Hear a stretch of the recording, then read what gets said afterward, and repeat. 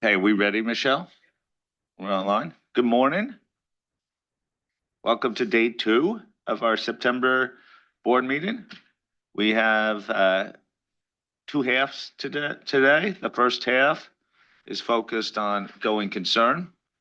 The second half will be on our technology position and our initial gap and opportunity analysis. So without further ado, I'm going to turn it over to Edo. Thank you, Tom, and welcome everybody. We're glad to be here, all in New York, and present to you what we've been working on over the last couple of months. Particularly excited to learn from the board what their comments are. If we can go to the next slide, please. This is a picture of our going concern task force and staff and everybody who's helped me helped us to get here where we are. The picture or the background gives you a clue as to where that was. So I'll leave that for the prize at the end of the day. But I do wanted to call out Kalina, Natalie, Megan, Greg, Sue, Wendy, Kai Morton, and Jamie, because I think we've done a lot of work.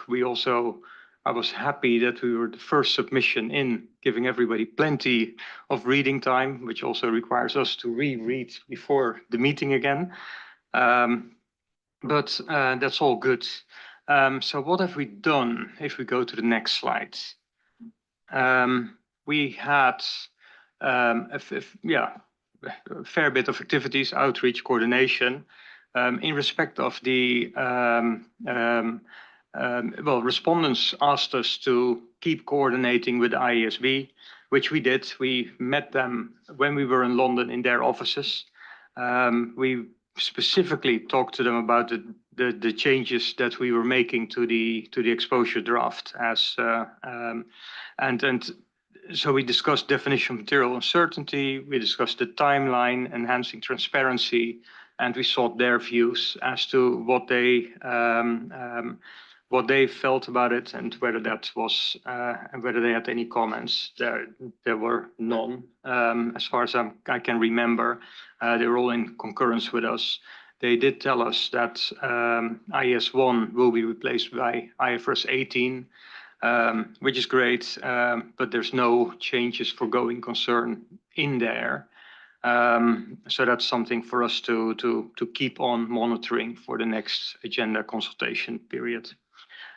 We also reached out with the Basel Committee and the International Association of Insurance Supervisors, as well as a member of the Stakeholder Advisory Council, and that sought to get views from prudential regulators in respect of the communication with appropriate external parties.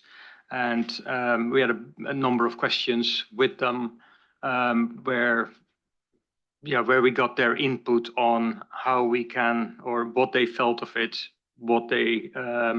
and we had a couple of suggestions for, but also from them, also in the context of close call situations. Clearly, we've considered their feedback, and some of it has found its way into the draft that is in front of you today. We also had a presentation from Greg Jenkins. He's a professor in the School of Accountancy in the Harvard College of Business. I'm reading this up clearly. And his research commissioned by AICPA and ASB, which is aimed at gathering insights from non-professional investors, loan officers, and financial analysts relevant to the statements in the going concern section of the auditor's report, as we're proposing. It's a controlled language experiment. This was phase 1. Interesting output, but we've only heard from the non-professional investors. The second phase I just got into my inbox. What is it? A couple of days ago. Yeah. So we will be discussing with them, but it helps us in thinking about the impacts that the transparency makes, potentially also an intended impact. We clearly follow jurisdictional developments, and in the issues paper we've talked about the FRC issued exposure draft for public comment. Interesting read by all accounts. We also did a fair bit of coordination, particularly with IAASB. Well, we've coordinated a lot with IAASB this quarter on various topics.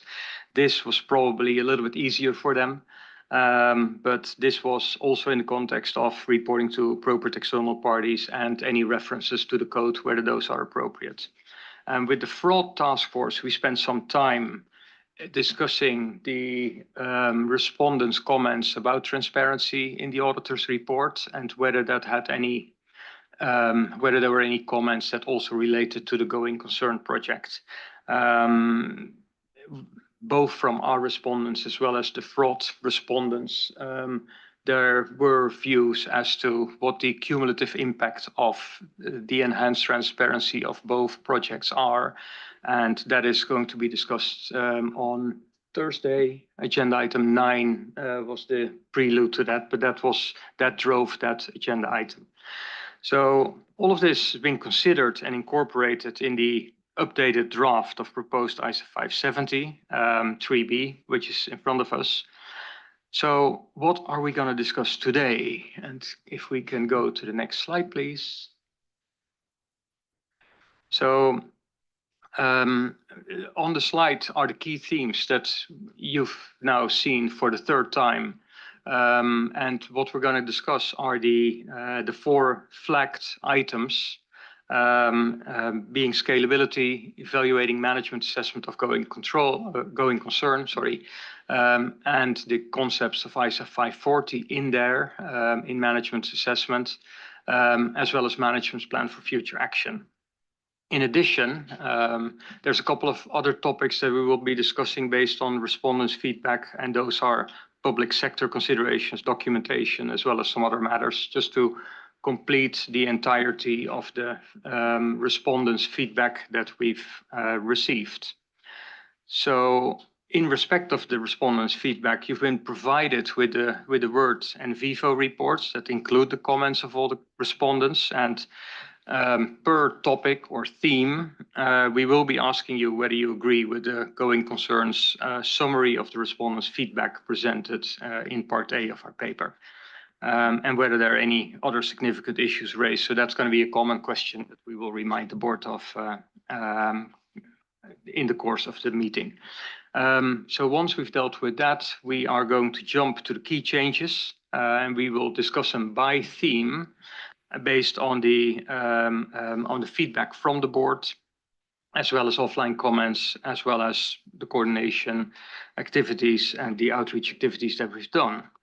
So, without holding up the meeting any further, I am going to hand over to Kalina and Natalie respectively, who will help us through the various topics. And so to, I guess, quote Tom, without further ado, I'll hand it over to Kalina. Thank you, Edo. Michelle, if we can go to the next slide, please. So this slide summarizes what we heard about scalability. There was a range of views in this section, and various topics were addressed. So the first point there is that we did hear support for the scalability guidance and examples. That was very much appreciated from stakeholders. The area where we did hear a lot of comments in relation to clarity needed for the work effort was the instance when the standard requires evaluating management assessment and there is a no going concern risk or there's no events and conditions identified. This was one big topical area. The other one was the extended procedures to evaluate the method, assumptions and data in all instances and irrespective of whether events and conditions are identified. So these two topics we will relate to management assessment, which is going to be discussed in more detail later. So we've addressed these comments while addressing the feedback for management assessment because there were a lot of overlapping topics in the feedback. for these themes. Another area where we did hear comments was proportional application to entities operating in the public sector, and we'll talk about that later separately. Natalie will walk us through those comments and what we have done there. The last bullet there was about a view from the feedback that because the standard now has more robust requirements, performance requirements to evaluate management assessment, the method assumptions and data, there was a suggestion from the feedback to consider a differential approach that would apply only to listed entities or public interest entities, given the heightened stakeholder expectations for those audits, and differentiating the work effort for listed entities versus other than listed entities. The task force considered this feedback, but believes that applying a differential approach would be inconsistent with the premise that going concern is relevant to all entities, irrespective of size and complexity. And in addition, this would also be inconsistent with the principle of the current differential requirements in the standards, which only differentiate matters related to communication with those charged with governance and to users of financial statements. So with that, Michelle, if we can go to the next slide. We have a question for the board. Question 1, as Edo mentioned, is the general due process question on the feedback. And question 2 is asking the board whether they agree with the task force view not to consider a differential approach for the performance requirements of the standard.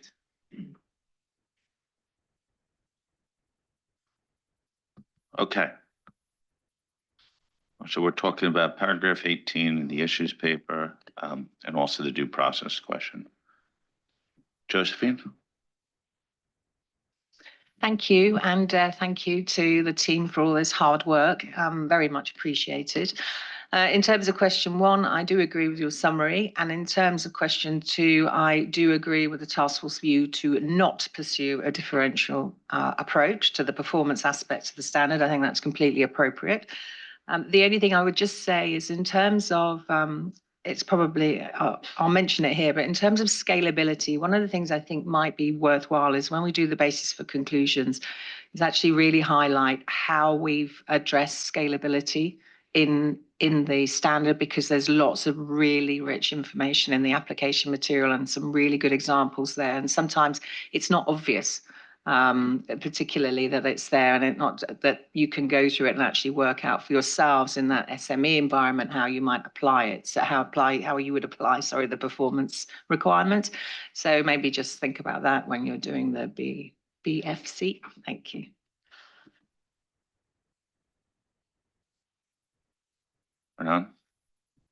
Thank you, Tom. Well, first of all, congrats to the team for the great work done.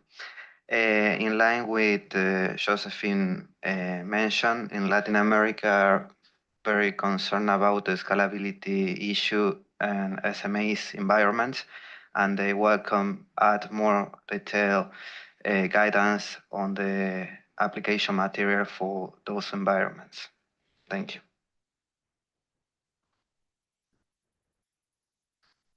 Bill? Just because you've asked the question about the scalability, I just agree with exactly everything that Josephine said. Strong agreement, just to give you that feedback. If silence doesn't necessarily help you so much, so confirm that. We take silence in this context as concurrence. And we also know that Josephine loves bases for conclusions. Eric. Thanks. I just wanted to indicate my support for the position of the task force on this issue, and also other comments around helping smaller entities deal with going concern particularly on the matter of extending the period of assessment to a year, where in smaller entities where the situation of management's assessment may be dragged out a bit longer than in public companies where they've got more rigorous deadlines for completing the financial statements.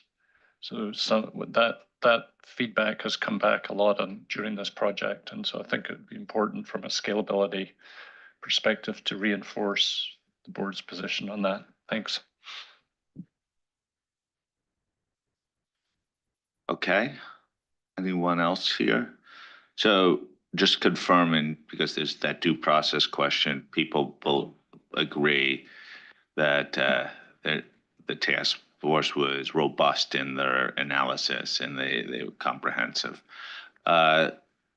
So you got support on the approach in question 2. Yes, and thank you for the feedback in respect of scalability. Those comments are well received. We are meeting in October with the S&P AG, where we will be discussing this matter amongst others as well. So the timeline and the scalability matter. Thank you. Want to continue?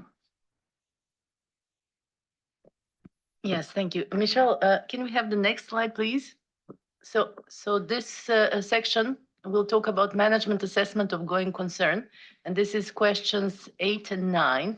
The evaluating management assessment and also the concepts from 540 about the method, assumptions, and data. So what we heard from respondents is that there was broad recognition that the approach in the revised standard is much more robust over extent. However, there was concern that it may be seen as inconsistent with the concept of a risk-based audit, whereby procedures come in when in areas of higher risk, and this was in relation to the point that respondents were making that clarity is necessary when there are no events and conditions or there are no going concern risks in particular situations. Also, regarding the method, assumptions, and data, there was a number of themes there. We heard that there should be a stronger focus on significant assumptions and judgments made by management. Views were there that also a method, assumptions, and data may not always apply or be appropriate. And then because of focusing on a method, assumptions, and data, some caution there that the auditor may overlook a critical event or condition and may distract from the primary goal to evaluate the significant judgments which underpin management assessment. We also heard some support for stronger work effort in certain areas, for example, when events or conditions are not previously identified or disclosed to the auditor. So, Michelle, if we can go to the next slide. This slide is a summary of the key recommendations from the task force in response to the feedback. The task force retained its view that the approach to require evaluating management assessment in all instances is appropriate. And this is because, as explained in the explanatory memorandum, for the auditors to be able to perform a robust evaluation of management assessment, they need to have an assessment to be able to do so. Especially because the standard now requires a stronger work effort and transparency, and for auditors to be able to give that information in the auditor's report, a work effort to evaluate management assessment in all cases is appropriate. However, the task force did look at the comment from respondents that more emphasis is needed on the judgments made by management. So several approaches were explored how this can be approached, and the task force landed that it would be concluded and recommends to extend paragraph 17 to explicitly recognize that management assessment, the evaluation of management assessment includes the evaluation of the significant judgments that underpin the assessment. Another area where the task force focused was the scalability aspect, which we talked previously.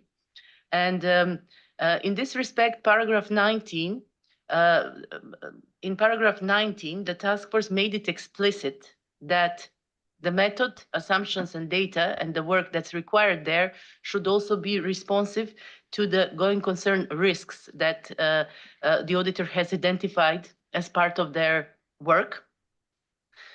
In addition, some of the respondents commented that it may be too onerous to require the auditor to evaluate all of the assumptions. So the word significant assumptions was inserted, and several changes were made to other paragraphs where references to assumptions were in the standard. And then there were also some other refinements to scalability based on comments that came through from the feedback.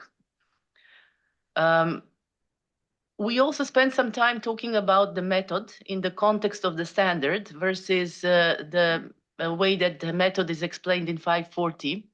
The 540 explanation does imply a mathematical calculation and always being based on some quantitative information. The task force deliberated that in going concern, it may sometimes be a qualitative method.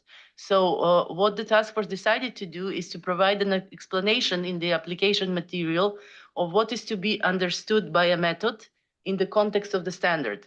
However, the task force retained its view that in the context of going concern, there will always be a method, which is the approach that management uses to evaluate the entity's ability of going concern. And that method would always be supported by some assumptions, by some data. So this is where we landed on that point, and we believe that a method, assumptions, and data would always apply in the context of the standard. In terms of other enhancements, so there was some strengthening of certain requirements, for example, for evaluating the relevance and reliability of the data, also some tweaks to the wording of the requirement for events and conditions not previously identified, just to make sure that there is no performance gap in terms of fulfilling those requirements, and also the period beyond management assessment. A certain application material was elevated to the requirement to make it clearer what the auditor's further actions are in those circumstances. So with that, Michelle, if we can go to the next slide.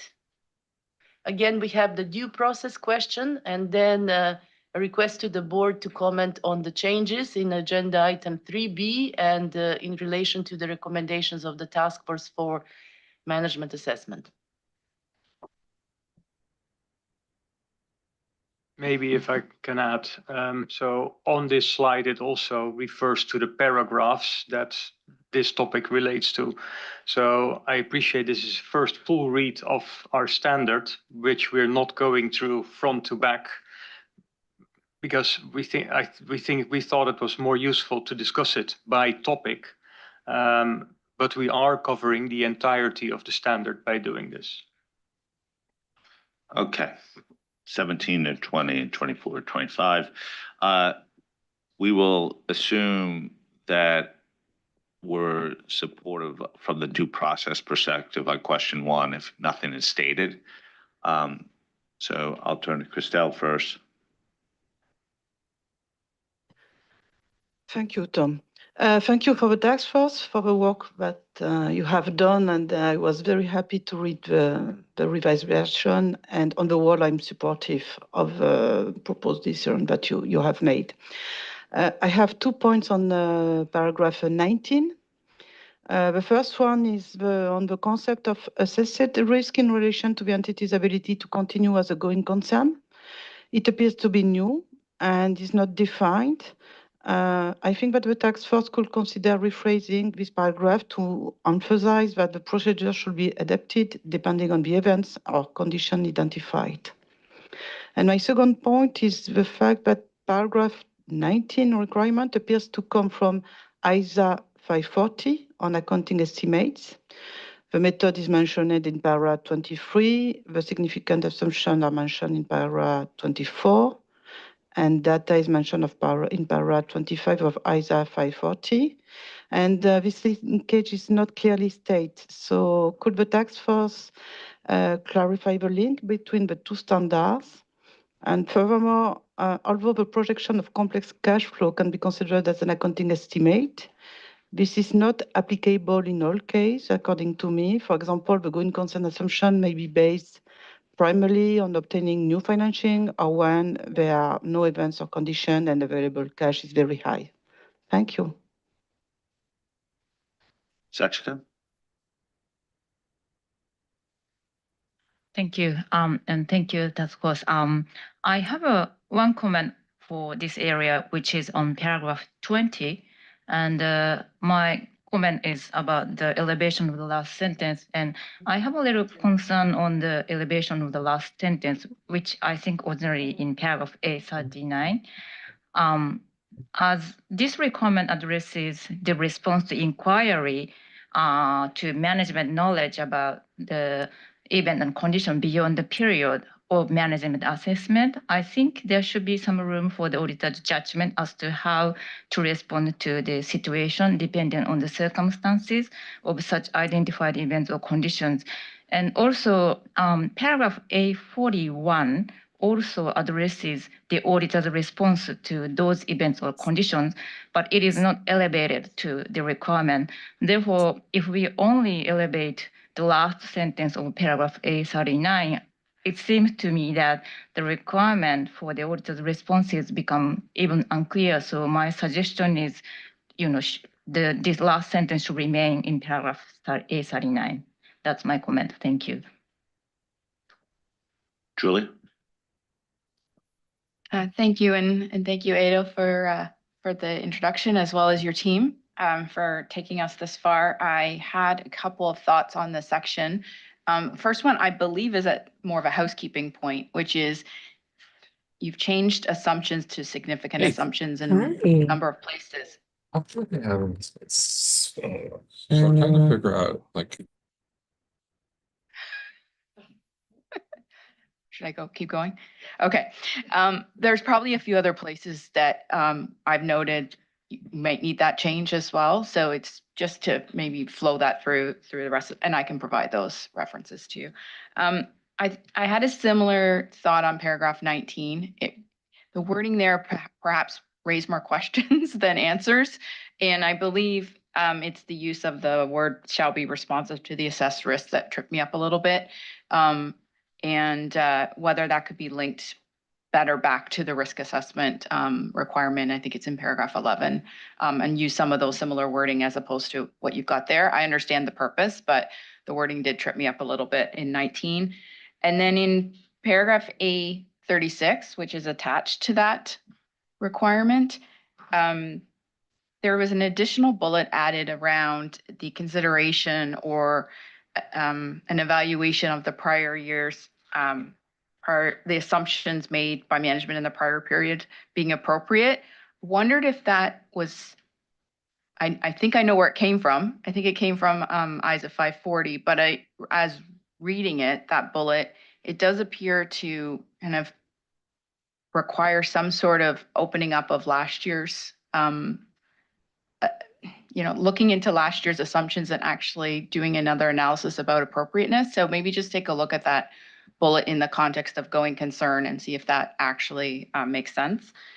And then in paragraph 25B, struggled with the connection between little a and little b, and if that would be helped by just some additional words at the front of little b, which links it back to what you're doing in little a, which is based on management's evaluation, just to link the two bullets better together, because it felt like a little bit of a gap. There wasn't enough of a transition between those two requirements.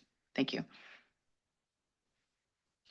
Okay, as I continue around the table, if the team wants to jump in at any particular juncture, just signal to me, okay? Eric?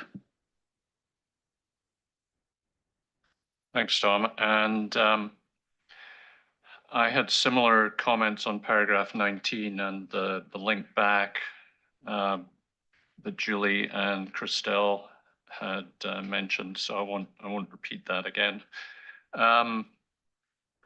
In paragraph 20, you've moved up the sentence of A39, and I know Sachiko just suggested it be put back, but if it is retained in 20, I just wondered if it might be losing some clarity, because in its original context in A39, it was really talking about all events or conditions that have been identified either by management or the auditor. And now that it's up in 20, it seems it could be interpreted that this, when it talks about such events or conditions, it's only really talking about the events or conditions identified by management. So if you do keep it in 20, I would suggest that instead of saying if such events and conditions are identified, you say something like if events or conditions are identified by management or the auditor shall request management to evaluate, just to be clear that it's all regardless of the source. Thanks. Semi? So first of all, thank you again for the task force for the good work. I have some questions or some thoughts around the paragraphs on that section of evaluating management's assessment. Now, I realize there are a number of terms, like there's the term assessment, there is analysis, there is method, there is calculation.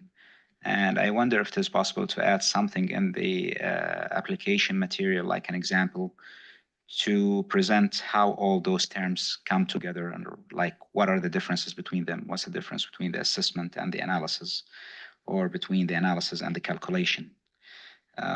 So this is one thing.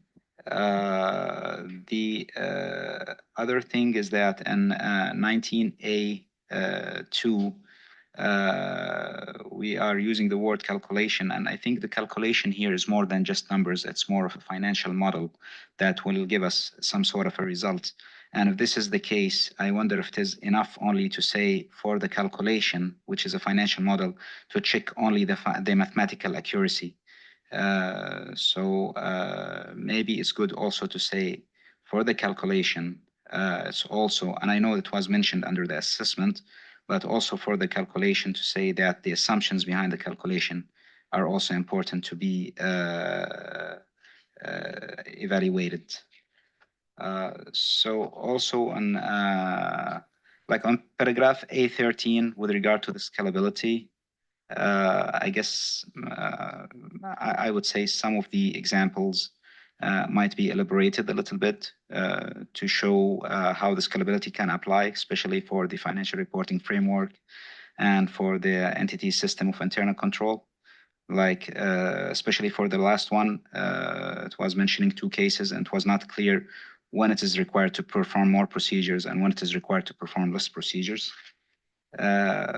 With regard to A28A for evaluating management assessment, it says that when management is unwilling to make an assessment of the entity's ability to continue as a going concern, even when the financial reporting framework does not include an explicit requirement to do so, the auditor may consider management's lack of assessment as a limitation. And again, here I'm asking, like, why may? If it is required to provide the assessment, management is not providing it. Isn't this like a clear limitation on the scope? So those are just my comments on this section. Thank you. Thank you, Semi. None? Thank you. Well, I agree with the approach of the task force with the same questions made by Michelle and Crystal, and Julie. I believe that paragraph A33A in the application material is really important because the clarification in the method as a qualitative concern is very important in less complex entities. And I suggest that in the title before paragraph 19, before the word assumption to be included, the word significant to strong the consistency with the change, and rename method significant assumptions and data used in management assessment.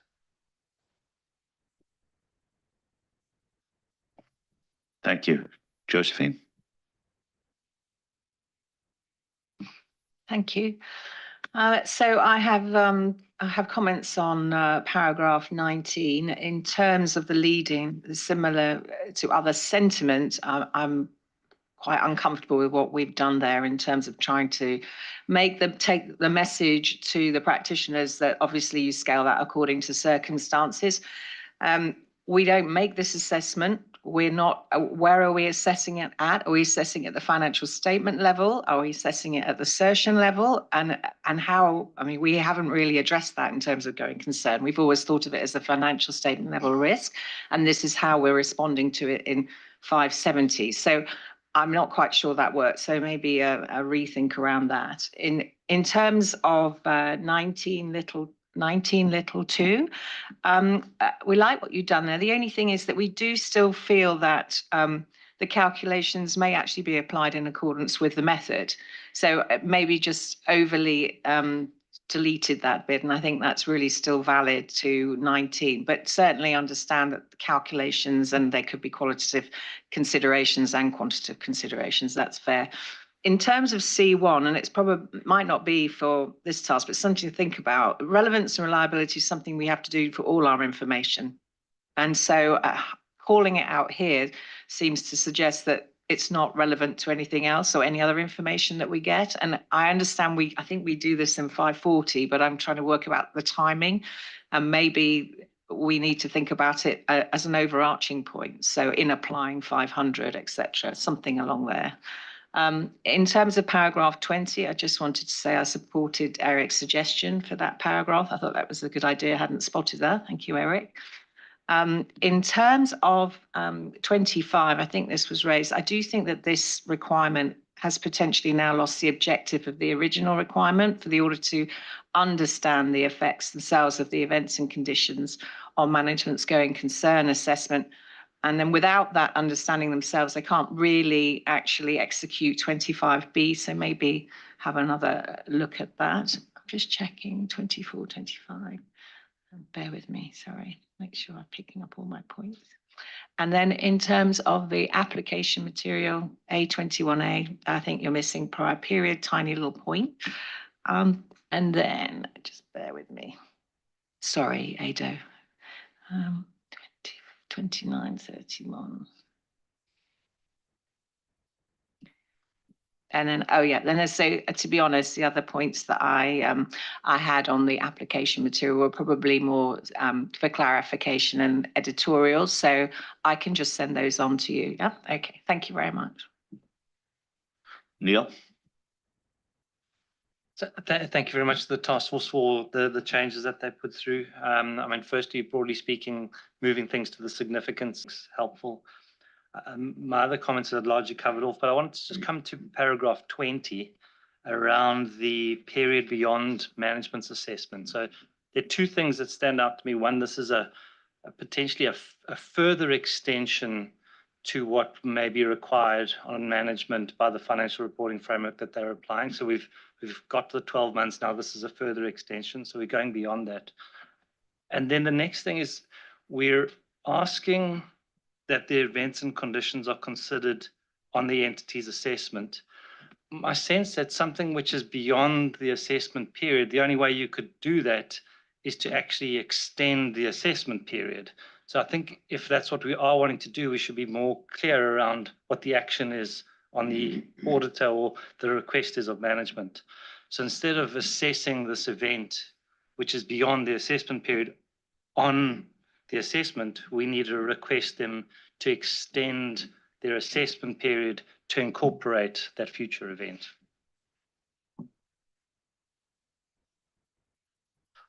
Okay. Anyone else? Colina?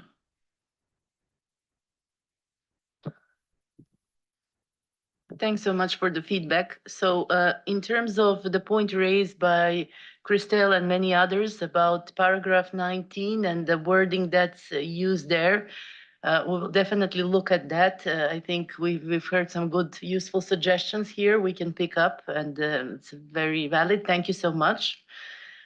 Julie, I think you mentioned in a few places we've missed a significant. It would be helpful to see those, although sometimes if we had it in the lead-in, we kind of didn't repeat it in the sub bullets. I think we looked also at 540 how they approached it, and it was not entirely consistent, but we'll definitely look at those suggestions there.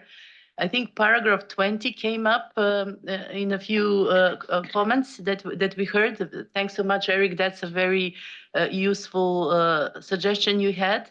I think the intention there was to round up, because we've definitely gone for a longer timeline, a more robust approach there.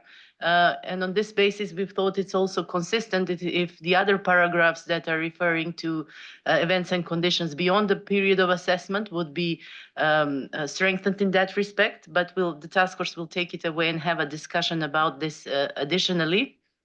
Christelle, you had a point about how this links to 540. The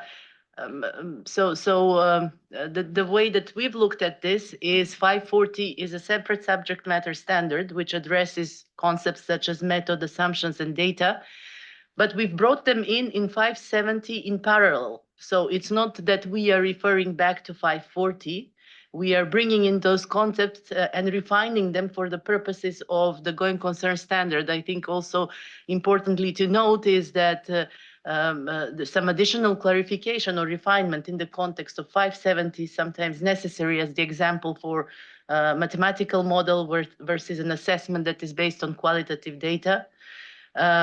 So we are not making an explicit link there. It's not the approach we've taken in that area. Yes, and then we did hear also for some refinements to the application material. If we can have the offline comments, we will look at them. We have a task force meeting later today, so that would be incredibly helpful. And Edo, I'm not sure if I'm missing anything else significant. No, further suggestions. Sorry, Sami, you had some further suggestions where we could look at potentially some more application material with an example. We'll give that a thought, give that a think, sorry. And I think that's... Yes, that was it. And Sami, maybe some of those terminology that you mentioned, we can leverage the basis for conclusion as previously suggested. We can probably provide more clarity about those new terms, concepts, and put an explanation there that would be helpful. Philly? Thank you, Tom, and good morning, everyone. I just wanted to ask a question of clarification for Josephine, because I know we had a few board members weigh in on paragraph 20, suggesting that there should be a better link to the risk assessment paragraph, but Josephine indicated that she doesn't agree at all with what we've done there. I just wanted to clarify, do you agree with the notion, because that's how I interpret it, is that you are going to do work now on evaluating management's assessment, and something needs to inform the nature, timing, and, well, not probably timing so much, but the nature and extent of your procedures, and that the results of your risk assessment procedures will factor into how much you do, what you do, that type of thing. I just want to clarify that. So you're not, so that's fine. It's just that explicit link to like we have in 330, responding to risks that are assessed as in 350. Okay.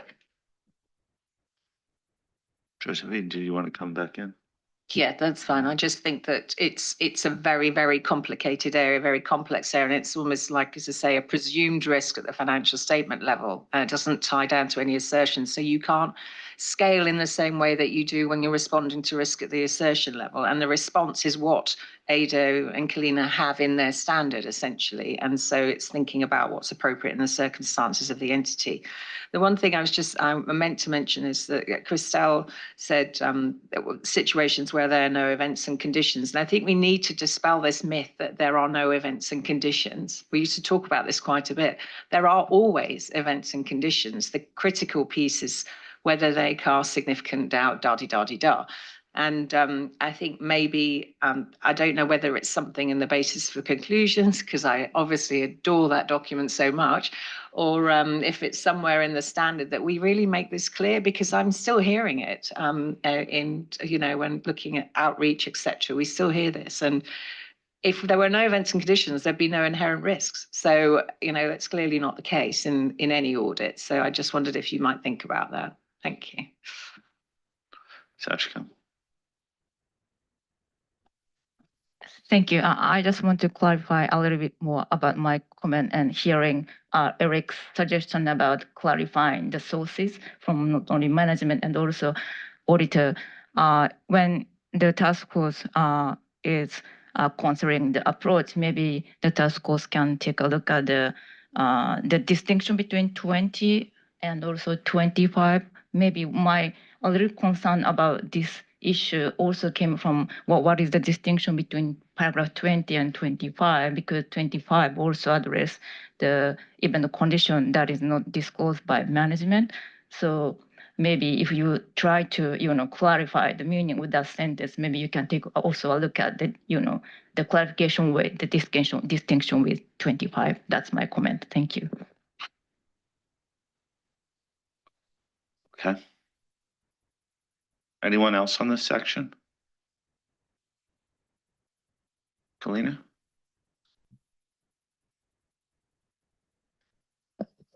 Natalie? Next slide, Michelle, please. Next slide. Oh, yeah. Good morning, anyone. So next topic is management's plans for future action.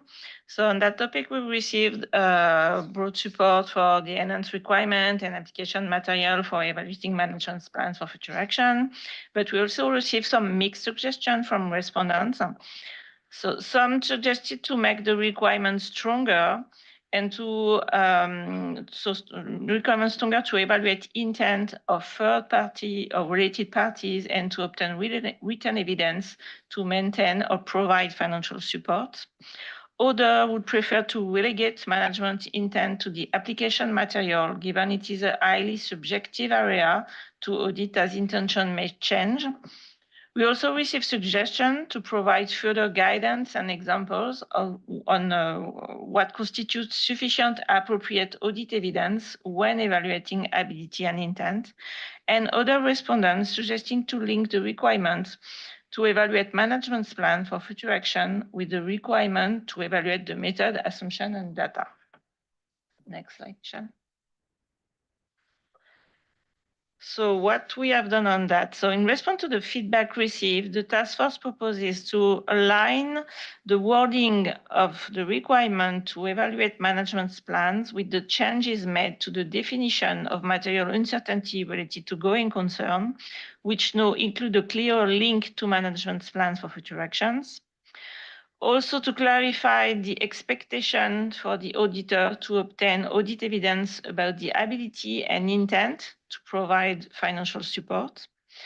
To establish a clear link to the requirement to evaluate the significant assumption and data when management's plan is based on forecasts.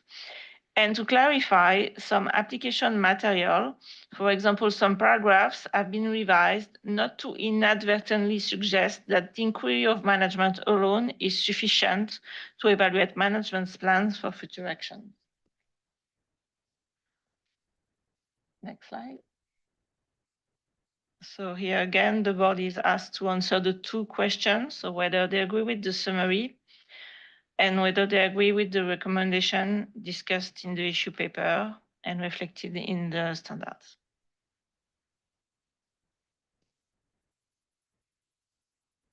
Sachika. Thank you. I only have one comment on application material for this area, which is A53. In the third bullet, inquiring of the auditor of the related party is added as an example of the auditor's procedures regarding the ability of the third party or related party to provide the financial support. But I think unless the related parties are within the group of the entity, I think the auditor of the related party may not respond to such inquiries due to the confidentiality issues. And in addition, I think such inquiry are likely to be made to the auditor of the entity's parent company in practice. Therefore, my suggestion is changing the wording, the auditor of the related party to the audit of the related party within the group. That is my wording suggestion. Thank you. Christelle? I have one comment on paragraph 30. I will suggest the clarifying that the conclusion should be made by considering not only the events and conditions, but also the management plan for future actions. This will be consistent, according to me, with the definition of material uncertainty proposed in paragraph 10. Thank you. Okay. Josephine? Thank you. So I'm in A40 bullet point 12, and I think what you've done here is potentially taken the threshold lower than it was previously. So particularly significant would imply a bigger deal and therefore paid attention than simply relevant. And I'm not sure there's any strong arguments that I saw in the paper as to why we would reduce the threshold and increase the work effort there.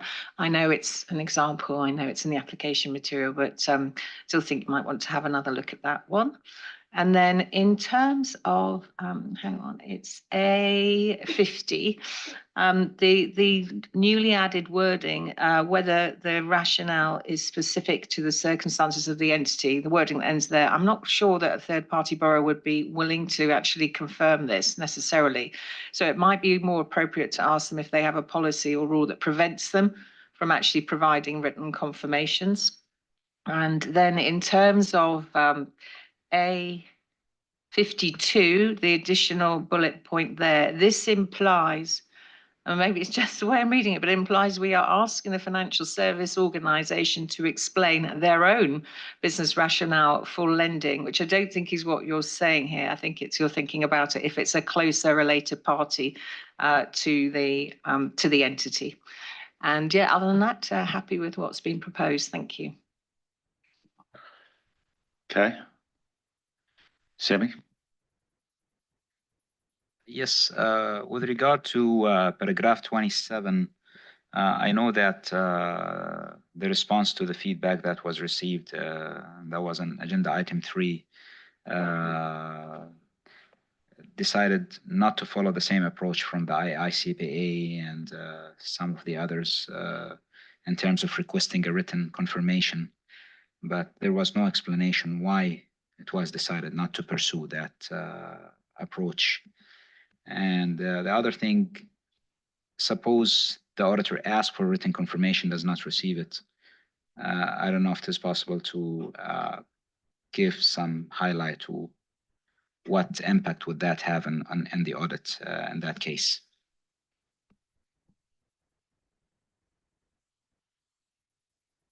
Julie? I had a very identical comment to Josephine's around A50. I actually wondered if that could actually even happen, that an external finance provider would talk about their reluctance to confirm. I like Josephine's suggestion around something that was maybe that they would talk about, which is some policy or practice that they have around confirming. I think it would be more appropriate than the additional wording we have there. And that was it. Thank you. Robert? Yeah, just a minor comment. 26A, you said the outcome of, or the auditor shall evaluate the plans, including whether the outcome of these plans is likely to be sufficient. What is likely? Is it most likely or more likely than not? From a probability standpoint, you might want to think about this. Thanks.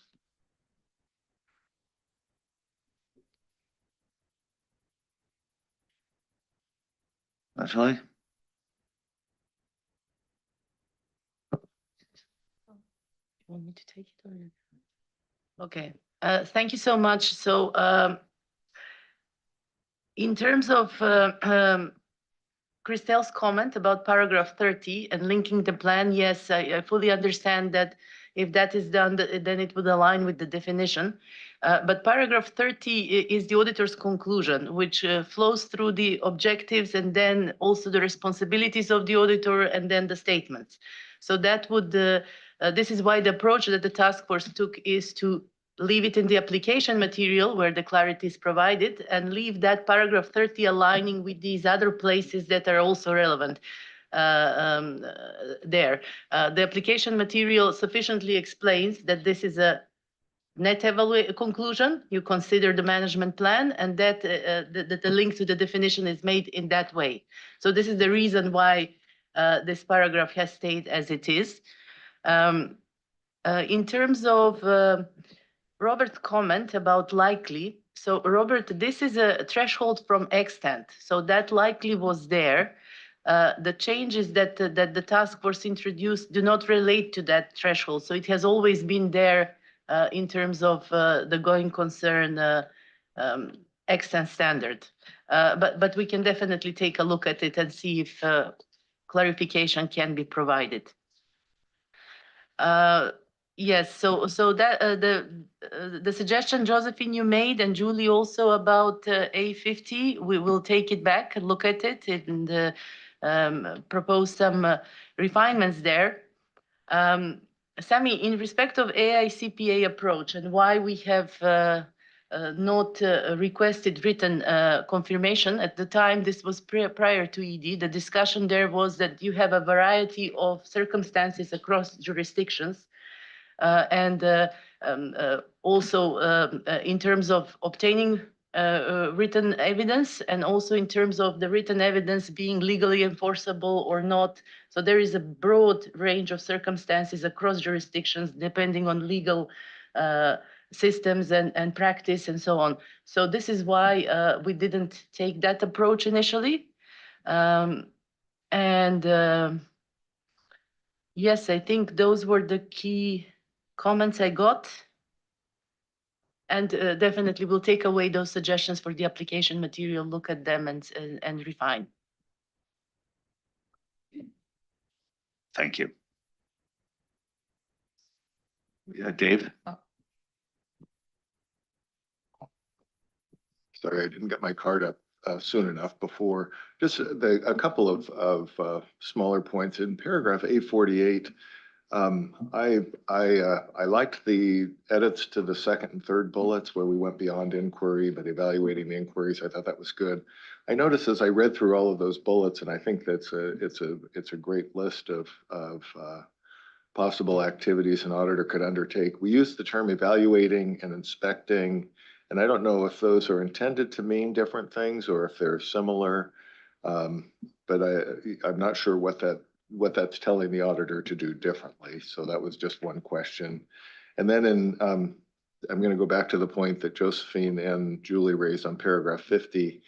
At least in my experience, in any financial institution would probably tell you that if you don't have a signed approved loan agreement, they're not going to confirm anything, and they're certainly not going to make any qualitative statements about the company. So I would encourage you to think about that so that it's something that is actually useful to the auditor in making the evaluation. The last sentence has the statement, if alternative strategies or sources of financing are not available, then a material uncertainty may exist. And I just wonder if what we mean by available. Does it need to be a signed legal agreement or some other form of availability? Thank you, Dave. Ada? I'll respond to that. So that's why we changed the requirement to obtain audit evidence. And it can have many different forms. And you could think of maybe a draft term sheet that the bank has agreed but doesn't want to confirm, but the auditor needs to do something. In the absence of audit evidence, there is, I think that you would then relatively quickly go into a material uncertainty. So that's how it's intended to read. And we'll have to look at the wording, whether that comes across properly. Okay. Any other points? I assume everyone's fine with the due process element to this portion.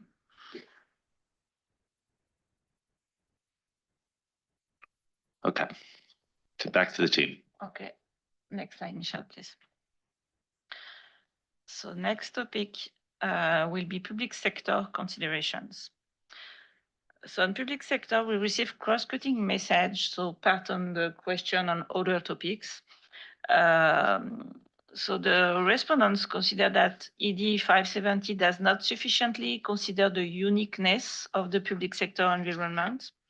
So some respondents suggested to add further public consideration to support the proportionate application of the standard and to add scalability guidance. So some example of situation that respondents talk about in their letters on public considerations of public sector. So for example, when approved budgets are based on annual funding and key information may be missing for management to prepare its going concern assessment for at least 12 months from the date of approval of the financial statements, or when government may not be willing to confirm in writing their ability and intent to maintain and provide the necessary financial support, or when going concern is presumed for public sector entities in certain jurisdictions. So to inform its view of the public sector perspective, the task force reviewed a sample of jurisdictional approaches with specificities for going concern. So for example, we had a look at what is done on the Federal Accounting Standard Advisory Board in the United States, the Financial Reporting Council in the UK, which issued a specific practice note for going concern in public sector. The Auditor General Statement on going concern in New Zealand, or Public Sector Accounting Framework in Canada. So that's just a sample, and we know that there's other jurisdictions with specificity for going concern. For example, in Australia, there's also an organization, the INTOSAI, which issue guidance and principle for public sector. So the task force also compared the going concern principle and concept that apply in the International Financial Reporting Framework for private sector, so the IFRS accounting standard, with those that applied for the public sector, the standards of IAASB. And even if there are few differences and IAASB set out additional discussion in support for proportionate application of the going concern, for entity operating in public sector, the going concern principle and concept remain consistent for those two sets of accounting standards. So based on the different approaches, the task force believes that the ISAs are also relevant for the public sector, but the ISA do not address additional responsibilities of public sector auditor beyond the scope of an audit of financial statement. There are a broad range of entities that operate in public sectors, so national, regional, local governments, and given that range and diversity, it is unlikely that a principle-based standard as ED 570 could provide sufficient guidance to accommodate all circumstances. There are various approaches for going concern across jurisdictions, and consistent application at a national level can best be provided through guidance and support material from jurisdiction and national auditing standard. So based on that, can you, Michelle, switch slide? Okay. So in developing the ED 570, the task force followed the current approach in the ISA, which include providing additional consideration specific to public sector. So the task force also believes that the scalability guidance in ED 570 allows for sufficient flexibility to support applying a scalability and proportionate approach of going concern. Hence, the task force considers some opportunity where guidance could be enhanced or additional guidance could be provided, and added new application material with consideration to public sector's entity to support a proportionate application and recognize the unique circumstance of auditing going concern in the public sector. So there's 3 additional paragraphs that has been added in the application material. The IAASB staff will continue to liaise with IAASB staff to confirm and review with them those application paragraphs. So a call is planned in October to work with them on that. But that's all we think should be done in the standard for now. And having leveraged our global going concern task force member who is specialized in the public sector, being Greg, so that's been fed in very well. Bill? I could have stayed silent because I agree with what you just said there, but I just wanted to emphasise, I think the answer is, does 570 recognise unique circumstances of the auditing going concern the public sector? The answers are no, unfortunately, because what's in there is minimal, and it does require further guidance material, whether it be produced by the IAASB or by a jurisdiction. I fully understand the jurisdictional issues, and I just think it's an issue that we should reach a conclusion on, because it doesn't only apply to going concern, it will apply to other standards as we progress as well. And my preference is simply, I'm quite happy with jurisdiction guidance, but I just think we need to be clear in our minds that, I just want to re-emphasise, I think the current paragraphs in there, I don't propose changing the standard, but recognise they are probably not sufficient to cover the unique circumstances of the public sector. Yeah, I think, Bill, this is a philosophical discussion a little bit, or strategic discussion about what we can do on a global basis related to jurisdiction-specific answers. Like, our work with INTESAI is really helpful in this regard too.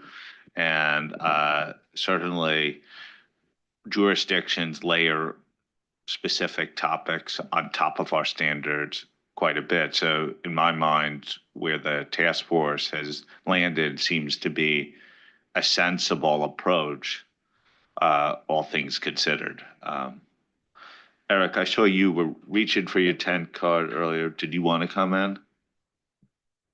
Well, I was just going to talk about one of the specific paragraphs. I'm not sure if we're there yet. Okay, let's deal with this broader issue first. Josephine, then back to Bill. Yes, I mean, that's right. I support that completely. And, from a UK perspective, it's very much the onboarding the UK ISAs and then adding to them as needed in terms of local authority and so forth. So, yes, I think the task force approach here is appropriate. Thank you. Sorry, just to clarify, so I may have missed it. Are we leaving it to the jurisdictions to do guidance, or are we proposing the IAASB might do guidance? No, jurisdictions or work with INTESAI as well. And that's a consistent approach across other standards. That's I think that's de facto been our approach up till now. Okay. Okay. Anyone else? Okay, Eric, you wanted to come on at a specific topic here. Thank you. Yeah, so supportive of the new application material. In my discussions with stakeholders, it became clear that there are a number of entities that are not strictly public sector entities, but they do rely on government funding. So some of the application material is actually helpful for them and the auditors of those entities. So for example, in A42C, it starts with public sector entities that are dependent on continued government funding will blah, blah, blah. I wondered if we could just drop the public sector and just say entities, so that auditors might see that guidance as useful, even though the entity is not necessarily a public sector entity. And there may be some other opportunities to look at that guidance from that perspective. Thanks. Okay. Anyone else? The questions are now on the board. It's paragraphs A2, A18A, 25A, 31A, 42C, and A66. Okay, thank you. Eric, I think we could move on.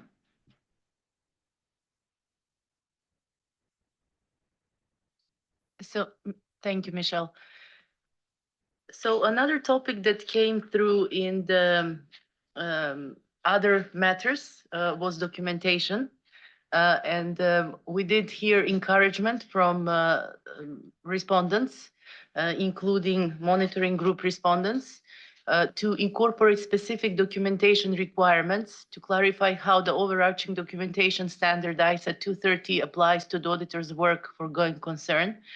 And the slide here just lists what we heard, what aspects could be subject to such documentation, like the elements of the understanding of the entity and environment, significant judgments relating to management's use of the going concern basis of accounting, material uncertainty, and appropriateness of disclosures, indicators of management bias, and other suggestions. So if we can go to the next slide, Michelle. The task force believed this topic should be considered further, although it was not contemplated by the targeted actions set in the project proposal. It is because documentation is not a standalone topic. It links to the performance requirements, which are now enhanced.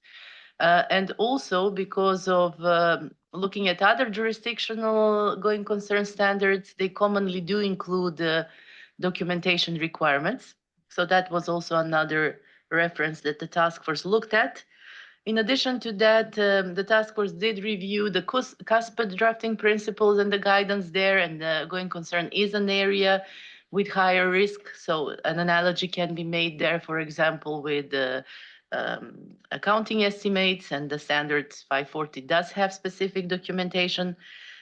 In addition to that, we did look at some of the more recently revised ISAs to identify topics which those ISAs felt that there is a need to clarify the application of 230.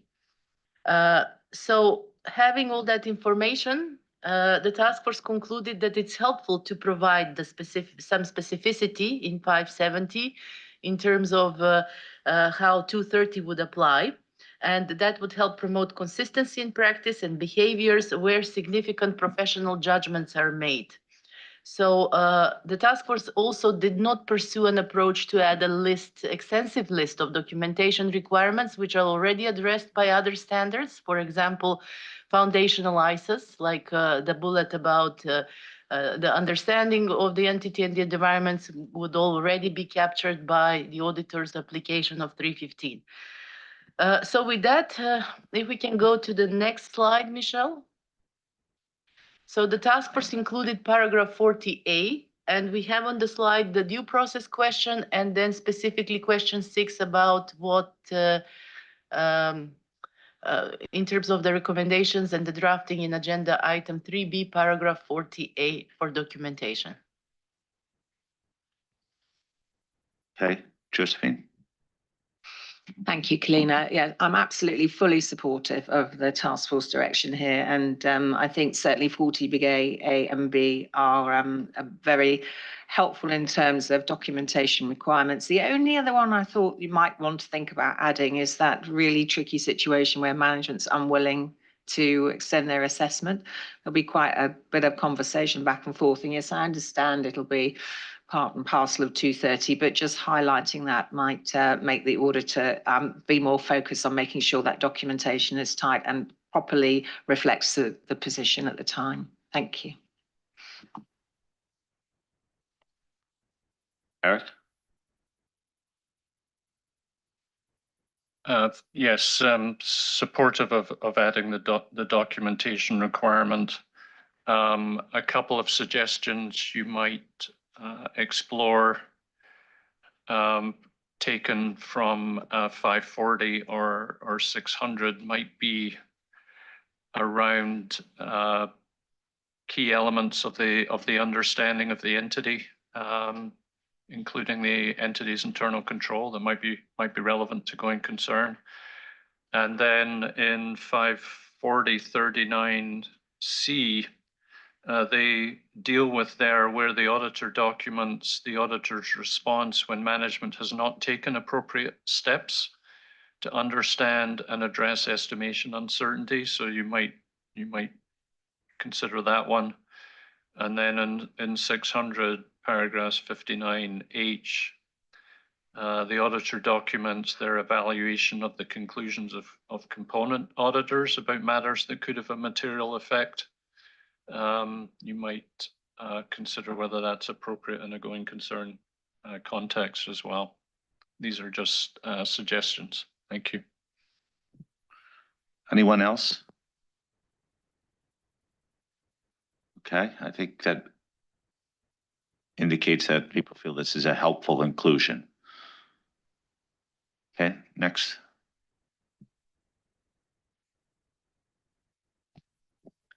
So the next topic, excuse me. So the next topic, in responding to question 16, respondents identified a few other substantive themes for which they believe further consideration are needed. So their concern were on situation when information becomes available after the date of the auditor's report. They believe the requirement inappropriately imposes a higher expectation for the auditor to consider whether any additional information has become available after the date of the auditor's report. The second topic was on evaluating the audit evidence obtained and concluding they believe guidance is needed to assist the auditor in determining whether a material uncertainty exists. They also suggested to elevate certain application material addressing disclosures as requirements. And some respondents also commented that further consideration is needed for the proposed conforming and consequential amendments to the IAASB in the 800 series for special purpose framework and review engagement. Regarding translation of the standard, no significant issue were reported in the comments letters. Next slide, Michelle, please. So to respond to those matters, the task force added guidance to support the auditor when concluding whether a material uncertainty exists, but proposed to not make any change on the other topic raised. On information that becomes available after the date of the auditor's report, the task force believes that consider is the appropriate work effort for the requirement and that the requirement does not impose to perform procedure beyond those required by ISA 560. Regarding the suggestion to elevate certain application material addressing disclosures as requirement, the task force believes it is not necessary as ISA 700 already addresses a requirement to evaluate whether the financial statement achieves fair presentation.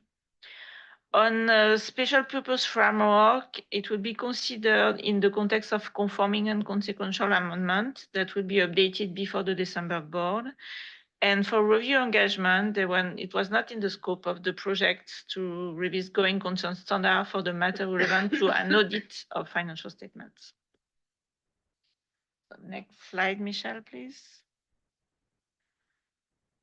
So again, the two questions, so whether you agree with the summary of respondents' feedback, and then whether you agree with the recommendation from the task force.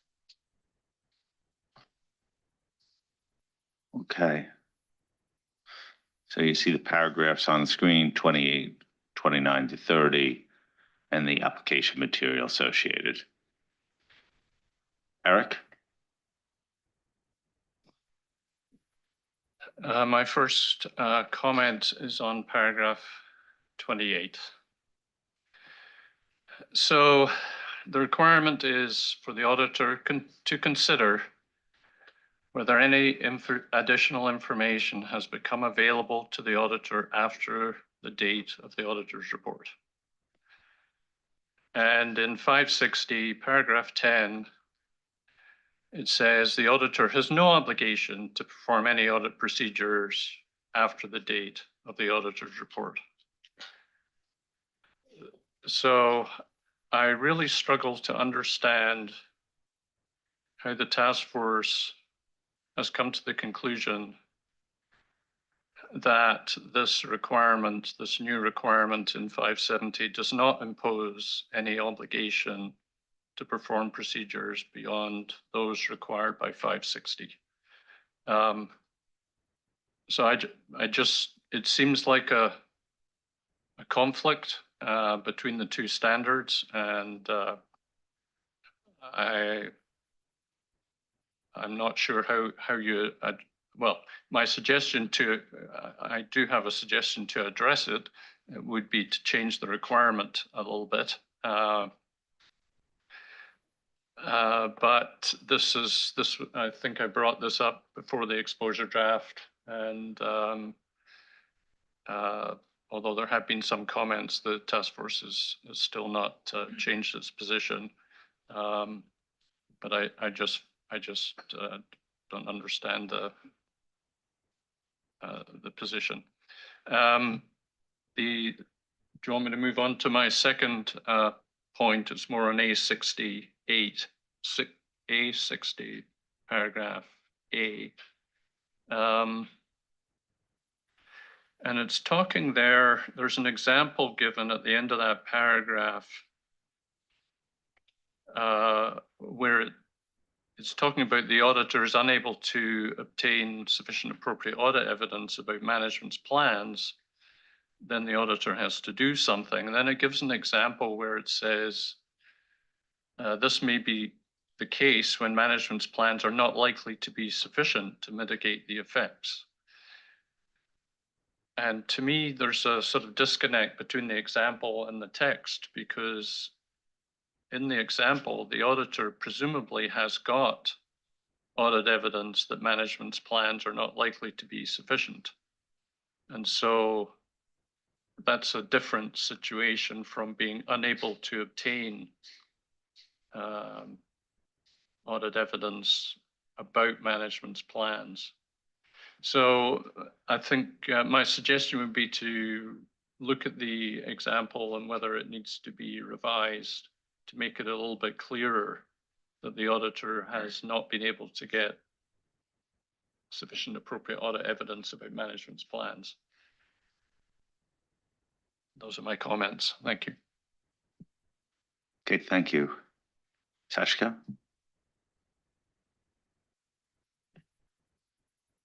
Thank you. I also have a comment on A60 big A on the second sentence, and my comment is maybe a little bit similar to what Eric now said. As this sentence refers to the situation where the auditor is not able to obtain sufficient appropriate audit evidence, it seems to me that material uncertainty exists only when there is a scope limitation which requires a qualified opinion or disclaimer of opinion in accordance with 705. And I think the clarification of this sentence is very important, as it also addresses the issue of the definition of material uncertainty we discussed in June. So maybe the task force can take a look at this sentence and also the connection with the last example in this paragraph. That's my comment. Thank you. Thank you. Josephine? Thank you. You got a hat trick on that particular paragraph now. I agree with Eric and Sachiko. In terms of the requirement, though, I fully support the requirement, and I understand Eric's concern. Of course, we did discuss this prior to the ED as well. I think that maybe have a noodle over a bridge between the subsequent events and this. Maybe something needs to go in subsequent events to just highlight that this is, going concern, financial statement level risk, pervasive, so forth. It is critical that you go back and perform procedures in this situation where you do find something. So I think that maybe that bridge is necessary, and maybe we haven't quite got that bridge right. Thank you. Billy? Tom, I just want to clarify based on what Josephine has also now said. So, Eric, your main concern is that we're implying that there's an action that needs to be taken. And this is more that if something comes to your attention, then you have to go and do it, because that's what 560 says. 560 says, even after the date of your auditor's report, if something comes to your attention, then there's a responsibility to do certain things, but not to imply that there's a deliberate action that needs to be taken.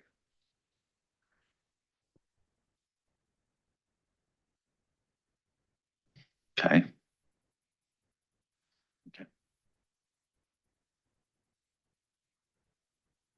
Anyone else? Back to the team.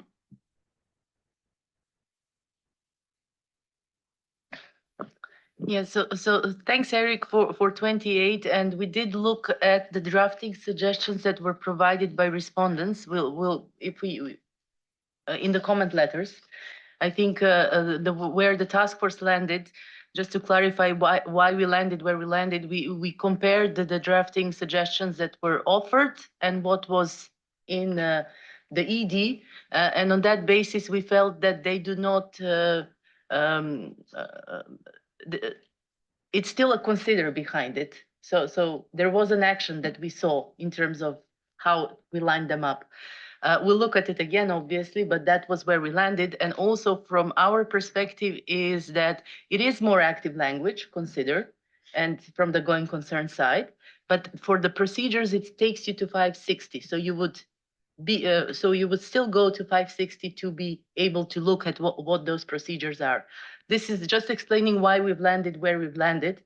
And we'll take it away and look at it again, also in context of Josephine's comment of looking at it again and see how it links to subsequent events. And A68, the example there, we'll take a look at that one. We spent quite some time as a task force discussing this paragraph, so we'll revisit that. Thank you so much. Okay, I think this is a good opportunity to break, a good discussion, and shows how good the work of the task force has been. Many of them are just reinforcing it's like our comment letter analysis, agree with comments that we usually get. Good discussion. What we'll do is we'll break for a half hour. I know people like to prepare for the next topic. I don't think we're going to use our full time in the next session, so we may begin the technology statement portion of the discussion before lunch. And so if you need to gather papers or anything like that, please get prepped for that. So when we finish going concerned, we'll probably take a few minutes, a break to get the team down here, and then we'll begin the technology statement discussion. Is that okay? Great. Okay. We'll reconvene at 10:45.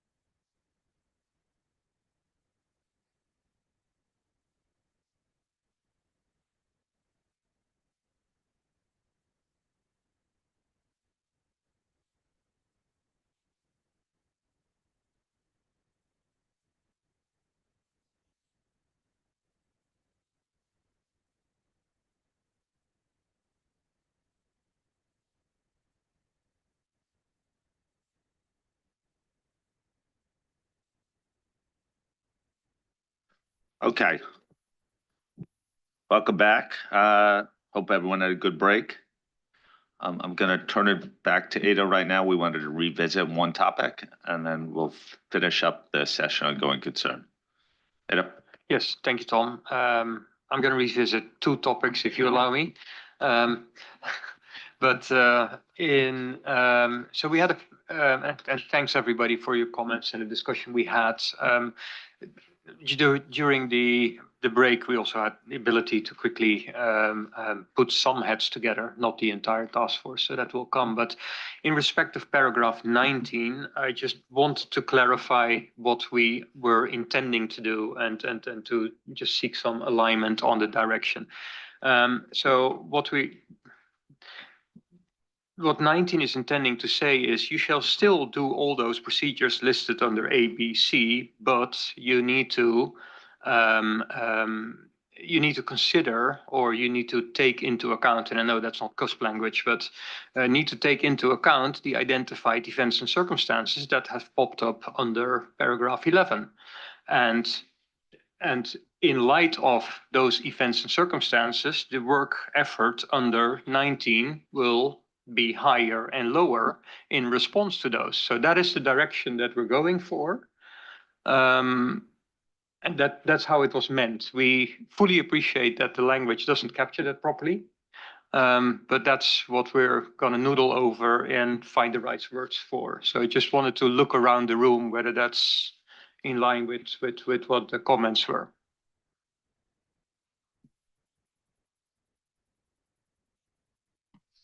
Yeah, thank you, Edo. Yes, and just maybe I'm getting caught up in circularity here as well, but part of this process as well is you can adjust it according to what you found through your understanding, but you may find when you do this work that actually more information comes to light that means that actually the evaluation isn't quite right and there's something else. So it's not, I don't want to lose that aspect of it, that this work is really important to make sure that you are comfortable where management has landed. Thank you. Julie? Ada, I just wanted to come in and support what you just said. That was always my understanding, but I think as the additional drafting in 19 maybe made it a little less clear for me. So I appreciate that you clarified that, and that's something the task force is going to make clear, because I had always, based on my understanding was always you had a risk regardless. You just could scale your procedures up and down, and you had those set procedures. And so appreciate that you're going to take another stab at that one. We certainly will. And then in respect of comments made to paragraph, what is it, A60A? And so that paragraph, what we're trying to achieve there, and this is in respect of the auditor unable to obtain sufficient appropriate audit evidence about management plans. So you've already identified events and circumstances that need to be addressed by management. If management is unable to provide audit evidence that they can address it, it's a material uncertainty. It's not a scope limitation,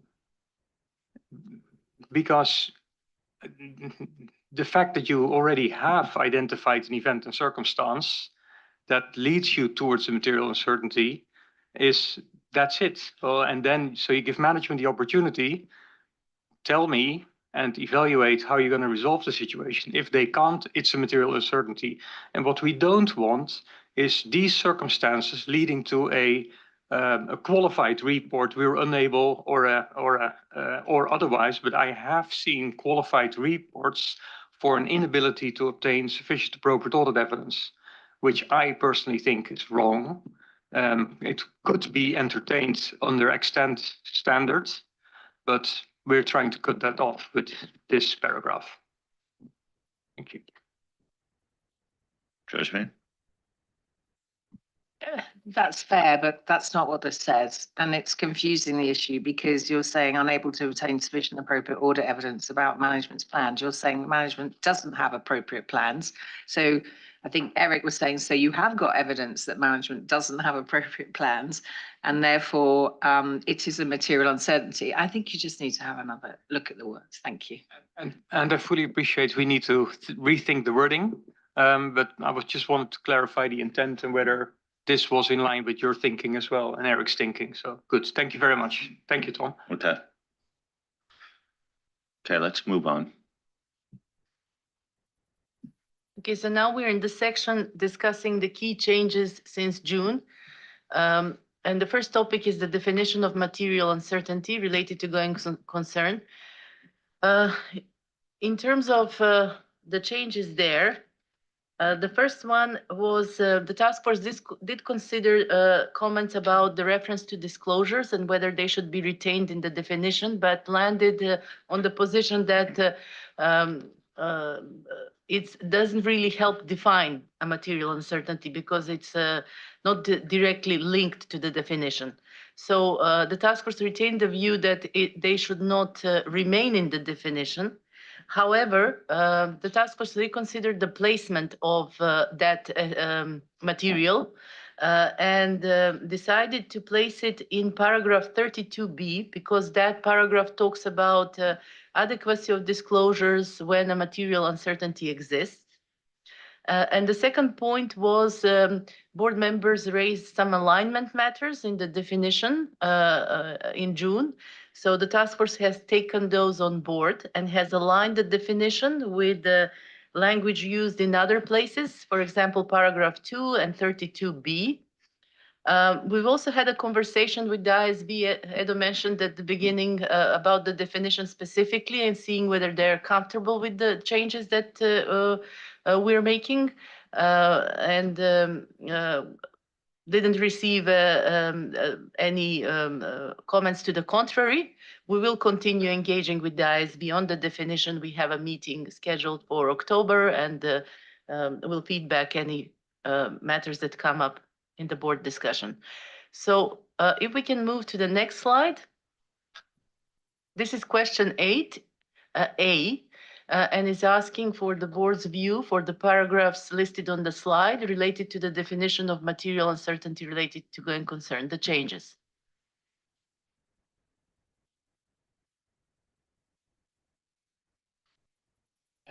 Robert?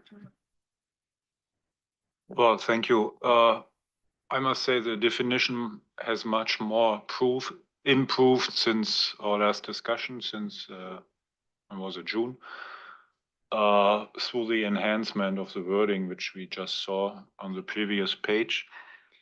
If I read the definition carefully, as it is laid out now in paragraph 10, my question is, are we going to define actually two terms?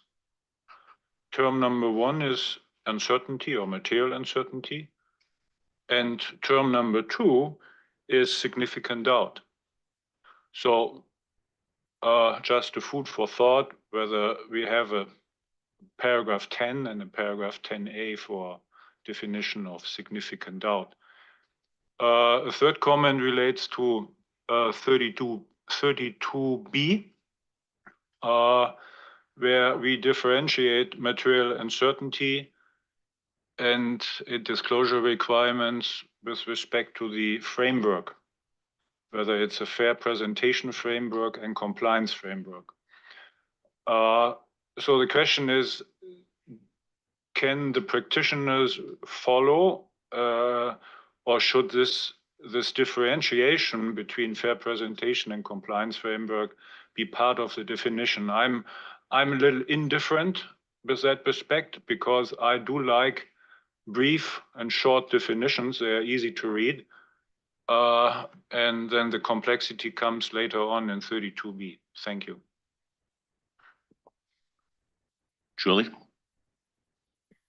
My comment is with respect to 32B, and I wondered if that additional text that is now added to 32B should actually be attached to 32A instead of B, because A is the point talking about adequate disclosure, which is pertinent to the addition that was made. So maybe just a thought as to whether that could move to B with A instead of B.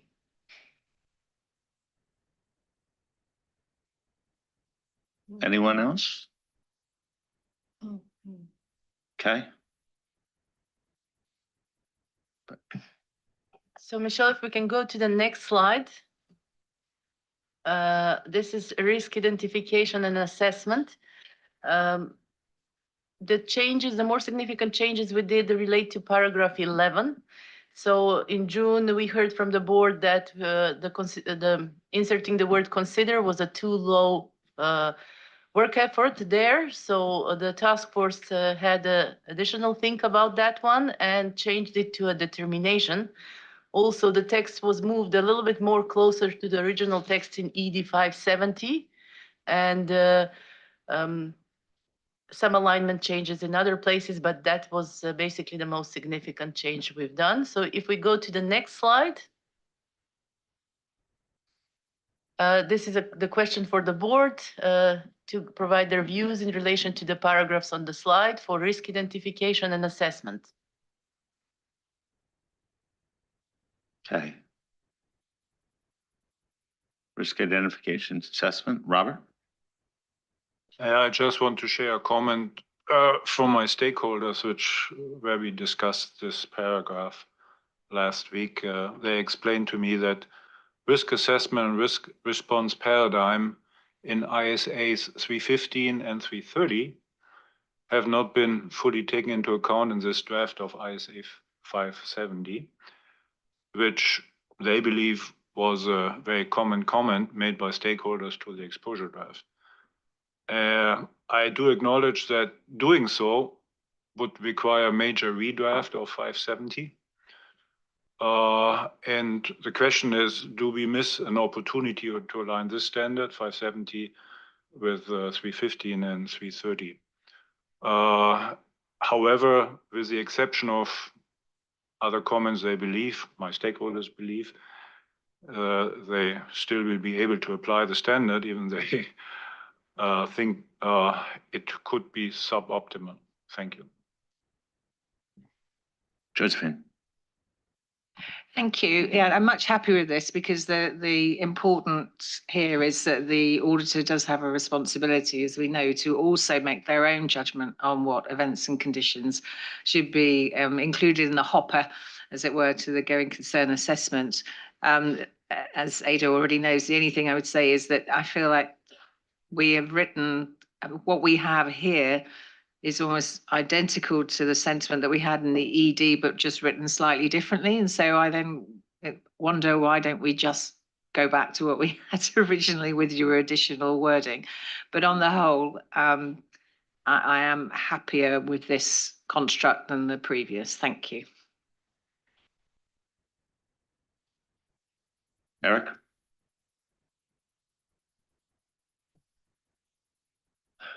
Thanks, Tom. Certainly recognize the importance of better aligning paragraph 11 with 315. The question that came up, though, is really whether there's now a disconnect between this paragraph and the objective of the standard. Because the objective of the standard is really to conclude whether a material uncertainty exists related to events or conditions. So I wondered if you need to consider how 11 fits in with the objective from that point of view. Paragraph 12H deals with this point where we've added significant into some of the requirements now.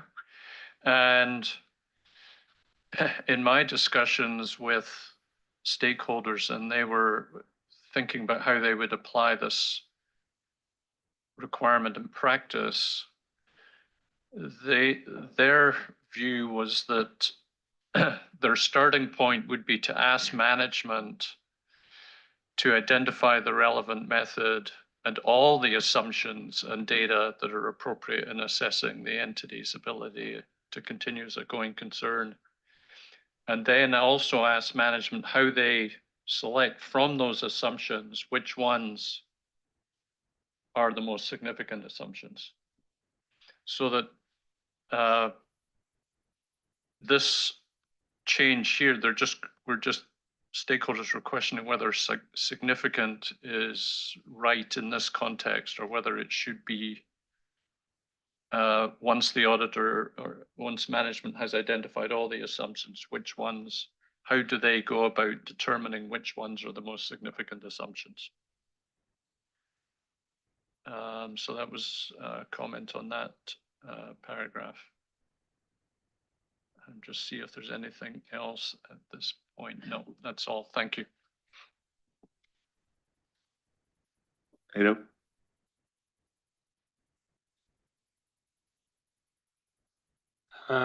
Yes, thank you. Just to quickly respond, Robert, I must honestly say, I think I'm lost between the 315 and 330 paradigm. Is that what you said? And I'm not sure what would now be asked of us. So maybe we can discuss this offline to consider what your stakeholders mentioned and where their concern is, such that we can think about it.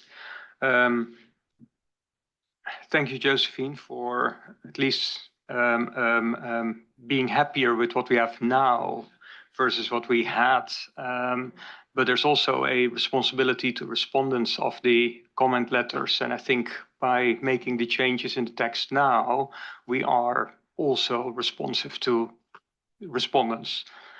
And Eric, my take on H is, yes, that's this is the auditor's understanding how management identifies relevant methods, significant assumptions, and it is implicit that you start with the assumptions, but how does management identify the significant assumptions? That always starts with the total pot of assumptions. So I think it's implicit in there, but we'll have a think if other task force members think differently about this. Thank you very much. Okay.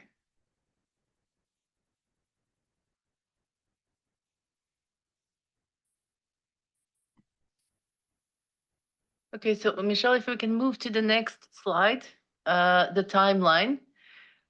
In terms of the timeline and changes there were not many significant changes. I would highlight paragraph 23, where the task force replaced believes in the auditor's professional judgment.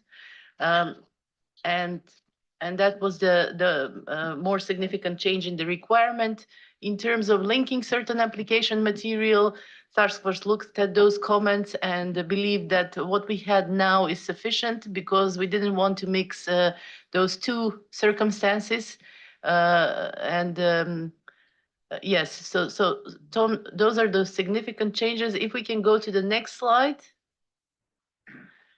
This is a question for the board for the timeline and the changes made there.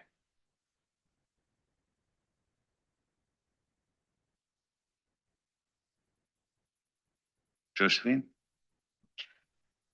I'm not really sure why we feel we need to add that, because if the auditor considers it's necessary for management to extend its assessment, on what basis is the auditor doing it? Is it something other than their professional judgment? I find I think it's an unnecessary addition. And then you end up thinking about, well, where else do we need to add professional judgment in case it's not clear that they're basing it on their professional judgment? So maybe have a rethink of whether that's what you want to do there. Sorry. Thank you.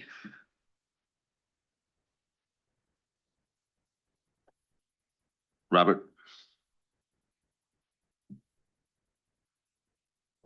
Just a comment. Last time we deliberately discussed the timeline 12 months from the balance sheet date versus 12 months from the sign-off of the financials. And I think the majority was in favor for the latter one, which is now part of the ED. I also voted for this one. Discussing with stakeholders in my jurisdiction, we all agree that this is not an issue for audits of larger stock corporations. And the firms auditing these financial statements. However, some concerns were expressed about enforcing this for other audits, sometimes smaller audits or some smaller firms without a change in legislation or its interpretation. And the comment I just want to make, it's currently unclear whether this change can be accepted in my jurisdiction in adapting ISA 570, and there might be a carve-out solution to be implemented in the jurisdiction. Yeah, so this has not been discussed. This is just a general comment.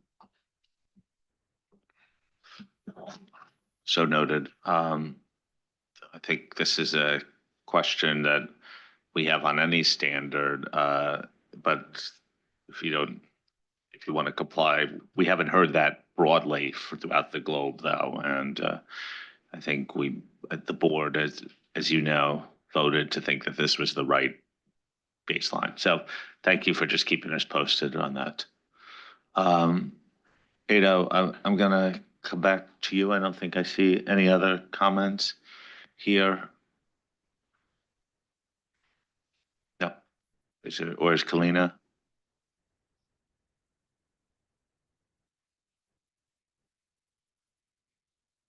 Yeah, no, thank you for the comments. And Josephine, paragraph 23, we spent some time talking about the appropriate word to use there. And we've also consulted the CASP in terms of availability of words. So I think for that one, we'll take a look at it again and rethink whether it's what we want in that particular case. And also taking your point that, it does raise the question whether it is necessary, because professional judgment is always there. So on that, I'll just pass on to Natalie, who's going to take us through the other topics.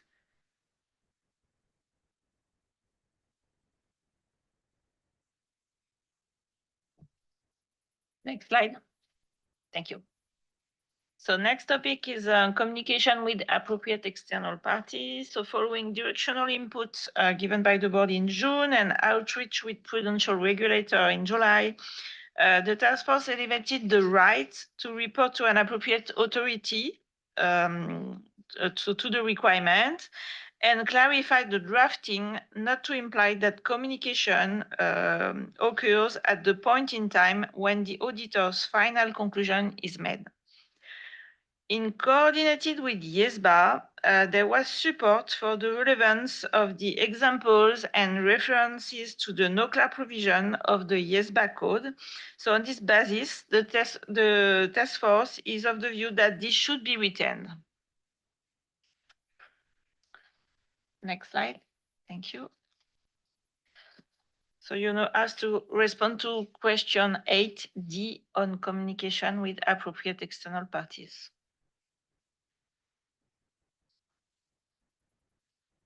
Okay. Josephine and Julie. I was actually just going to say that I support the task force position. Thank you. Julie? I'm not opposed to what you did in 40, but I do wonder if that change is truly responsive to the challenge that was put forward. It's a rather subtle change, and I don't know if it screamed out to me that that's the timeliness response in changing those words. So I don't know if the task force, like I said, I'm not opposed to what you have here, but I also am not sure that it signposts for me the timeliness of the communication, which I believe was part of their concern.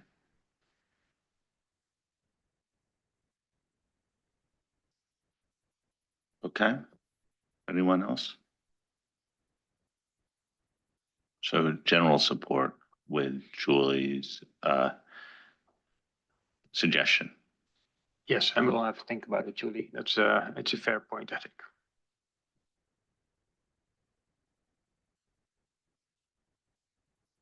Okay, Michelle, if we can have the next slide. So this is the transparency about going concern in the auditor's report. Last time in June, there was a discussion about using the word guarantee in the explicit statements. The task force reaffirmed its position that it's appropriate to have that word, given that it's already used elsewhere in the auditor's report. We also considered suggestions about expanding the statements in terms of whether management has or has not provided correspondence statements in the financial statements. And looking at that, the task force was guided by the principles that these statements need to be clear, understandable, and need to convey the message about the auditor's responsibilities in a concise and understandable manner.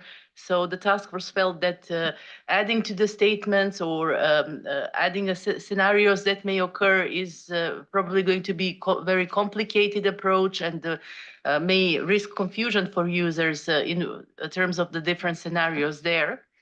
And also the task force considered that paragraph A68 does allow additional information to be provided by the auditor in addition to the statements. So this is something that may be providing some flexibility for those jurisdictions that do want to proceed and provide additional information. With the illustrations, we also considered the suggestions about the titles of the sections. And where the task force landed is that when we are in a no going concern, no material uncertainty related to going concern situation, such as a close call or the plain vanilla illustration we have in number 1, then it is useful to signpost and to differentiate from when there is a material uncertainty. So we've added a subheading in the illustrations just to indicate how that can be done. And we also took on board ordering suggestions about the illustrations 3 to 6 when there is a material uncertainty, and that provoked several changes also in the order of the requirement themselves. So that's the changes we've done there. So we also discussed further about the close call situation and used analogy from the auditor reporting project, whereby a material uncertainty is by its nature a key audit matter, but it's reported in 570 and not according to 701. So the task force believed that a close call is something that should be recognized in the same manner. And we've done changes to the introduction, explaining that, and also in the illustrations. As we're doing the conforming amendments, we will also align the other illustrations. So we've recognized that a close call as a material uncertainty is by its nature a key audit matter, but it's reported in accordance with the going concern standard requirements in the going concern section. Obviously, the cross-reference has been now updated, so that makes in the task force view, better coherence for the auditor's report and the connection between those sections. And the last point there is we did have a discussion about some comments about inserting, if any, to the close call requirement where it requires to refer to the disclosures made by management. And where the task force landed is that it is where the task force landed is that it did not feel comfortable with providing optionality for management to provide robust disclosures in the financial statements. So when there are significant management judgments, there is an expectation that disclosure should be there. And inserting the if any would imply optionality there and would also make conversations with management between the auditor and management more difficult when they are discussing the robustness of the disclosures in the financial statements that management should make. So on that point, Michelle, if we can go to the next slide. And we have again question 8E for the changes made in relation to transparency about going concern in the auditor's report. Okay. Sachiko. Thank you. I have a comment on paragraph 33, small b, small 1, relating to transparency about going concern in the auditor report for listed entities audit. And in June, I made a comment about the deletion of the word if any, and I understand the task force's explanation mentioned in the issue paper. And I'd like to say to the task force, thank you very much for considering my comment and provide clear explanation in the issue paper, which is very helpful. I think it is very helpful if the basis for conclusions also include similar explanation about the deletion of if any, because although it is just a deletion of 2 words, it was very important meaning to some jurisdictions depending on their law regulation and also applicable financial reporting framework, and it links to the interpretation of paragraph 31, and having some explanation in basis conclusion will help those jurisdiction to talk to stakeholder about this issue. So this is my comment to this matter. Thank you very much. Julie? Thank you. And Ado and Kalina, I won't go through I won't go through what we've discussed in the past about my preference for treating a close call as CAM, but I do think what we've got here now is a good place. I think we've gotten to a good place. I think recognizing the fact that the close call could be a CAM and calling that out is quite helpful to me. So I appreciate that from the task force. The only thing now, I guess, is the wording. The wording sends you back to the going concern section, but the going concern section has more than just the close call described in it. So is there a way to think about the wording of that sentence so as not to apply the entire going concern section as the CAM, but the piece of it that is relevant and what would be determined to be a CAM? So just a thought, but I do appreciate the changes that have been made. Robert? Thanks. I refer to paragraph 33, also B. When a preparer or an entity management makes explicit statements about going speak into the mic. Excuse me. When an entity's management makes explicit statements about going concern and discloses these as such in their financial statements, then this has an implication on the auditor's report as laid out in 33B, as you described. However, if a management is not making such a statement, then I hear you can refer to A68, is that correct? Which you mentioned, and where it says represents 33 represents the minimum information, but I don't get where do I find the case where management is not disclosing as such, and either we should retain, and this was my wish in Madrid, bring it up in the requirement 33, this case, or do a further explanation in the application material like A68. Thank you. Okay. Anyone else? Back to the team.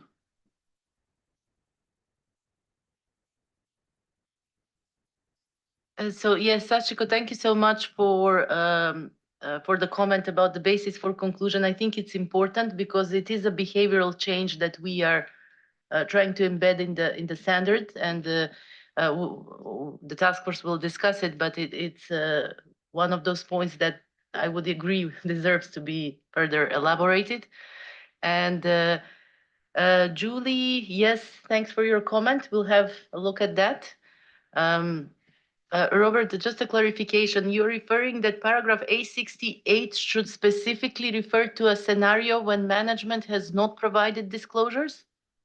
Yes, give such an example. Okay, thank you so much. Would be a possibility if you don't want to put it in paragraph 33, as I understood. Okay, thank you so much.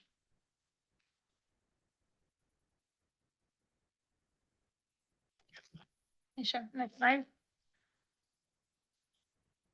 So last topic is a global topic on all the other changes. So the task force also made additional changes to ED240 to respond to offline comments that we received after the June board meeting and to add some clarity. So you can see some change in agenda item 3A And there's changes on those charged with governance, written representation mainly. So next slide. So ask you question 9 on whether you agree with those other changes made.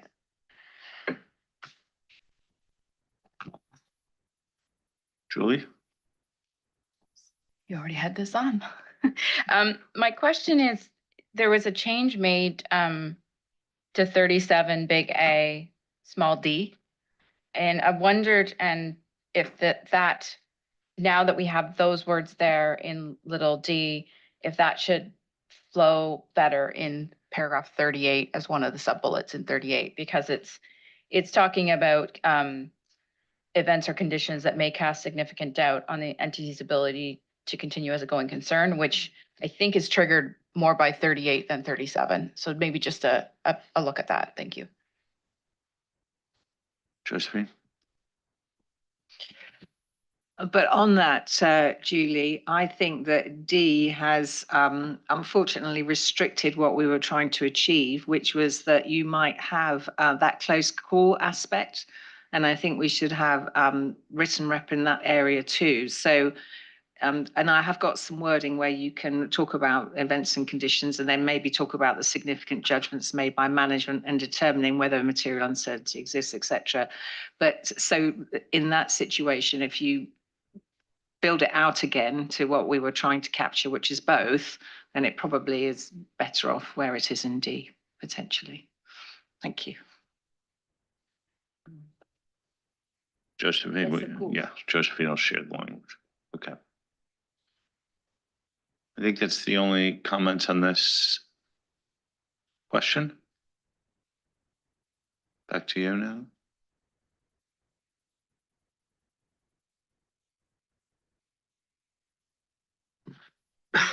Can we have next slide, Michelle? So, and I just want to make sure whether there's no other comments in respect of the draft that we presented today. No, good, great. So, way forward. Well, we're all aware that December is targeted to approve the standards. Clearly, there's work to do for us, but I'm also confident that we can resolve the matters brought up by the board today and address those appropriately for approval in December. We will also have continued outreach with the IAASB, the IAASB. We will talk to the SMPHE. We presented them in October, as well as other stakeholders, and we continue to coordinate with IASB and other task forces of our boards. So that's the plan. We look forward picking up the challenge ahead of us. It's definitely not unsurmountable, and we look forward discussing this in December with you again. Thank you. Again, with this very much in mind that we look forward to a December approval, I'm just going to pause here and ask 2 questions based upon the reading of all the responses we've gotten to the comment letters and other outreach. Is there any topic that the board would have expected to have discussed but hasn't been discussed? Okay, and also, are there any topics that haven't been discussed here that specifically the task force needs to be aware of as we seek approval in December? Okay, so no one on either of those. Before we close the topic, I just want to turn to Dave and ask if you have any observations for the PIOB perspective on our discussion today. Great. Thanks, Tom. Thanks, Ido and the team for the presentation today and to all the board members for the discussion. I believe that the task force has addressed the public interest issues that the PIOB has raised up until this point. Specifically, a few areas that were important to us were the enhanced performance requirements. that are in the draft standard, the enhanced transparency requirements, including the addressing the close call situations, since I think that that is a change that will benefit the users of financial information, and so I think that's a great add.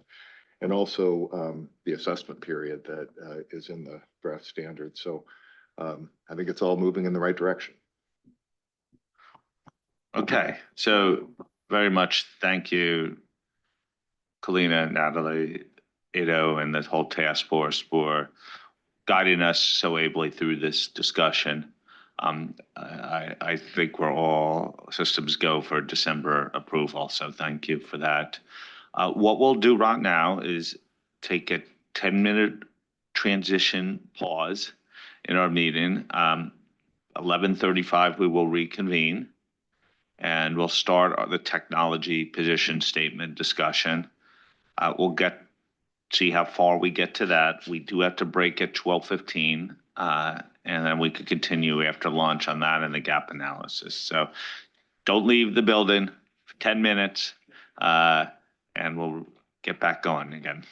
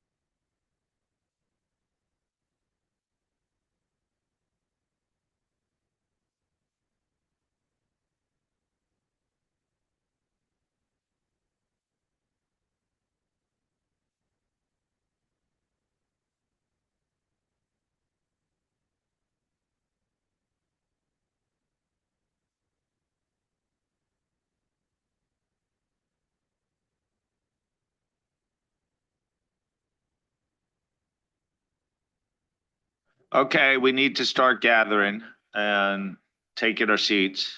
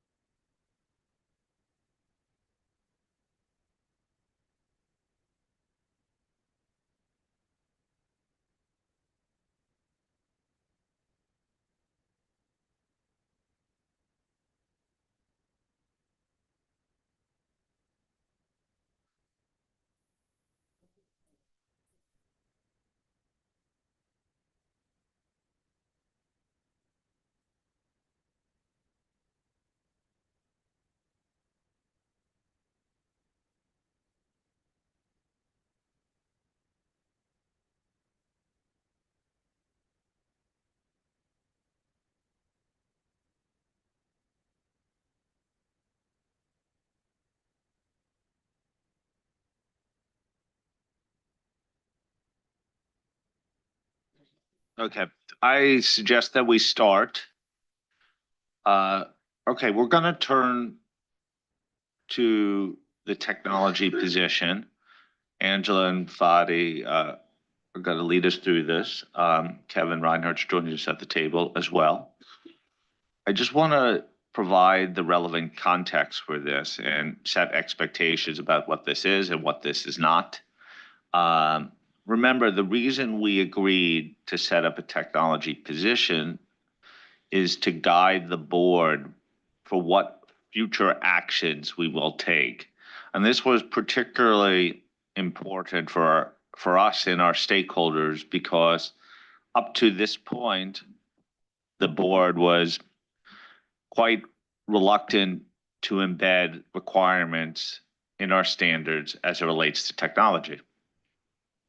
And so if we were looking at the external environment and thinking about our core strategy that we approved and wanted to signal to the rest of the world that we were changing our position on that, and give us some motivation to actually take standard setting steps to reflect evolution in the world of technology as it relates to audit, then we needed to agree a common position.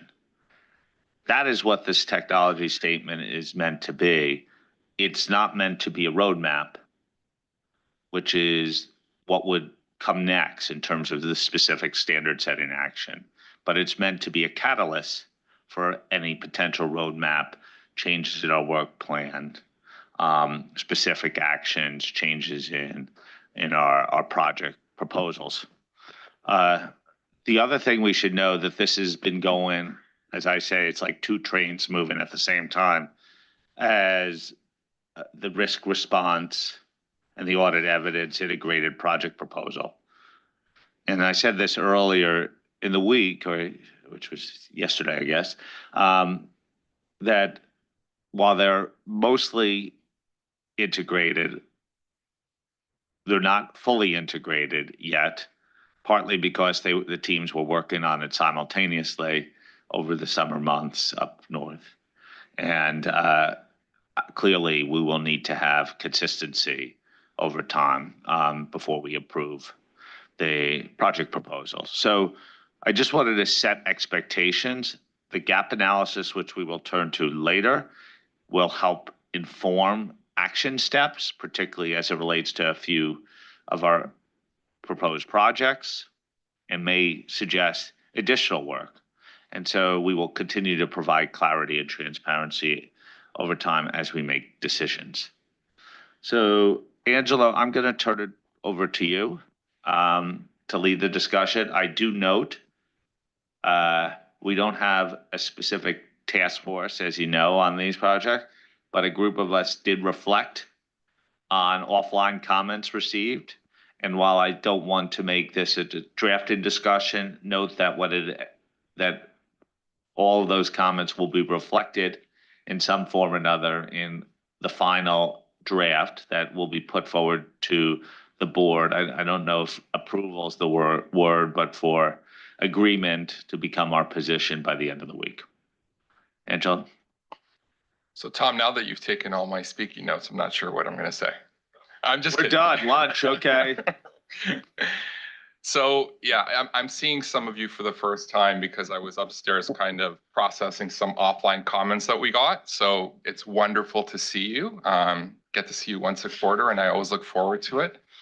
So, but the technology position, we're up for a clearance vote again on Friday, as Tom mentioned. If you'll indulge me for a second, I do want to take a pause at the beginning and just kind of tell you a little bit about who's been contributing to this and just extend my thank you.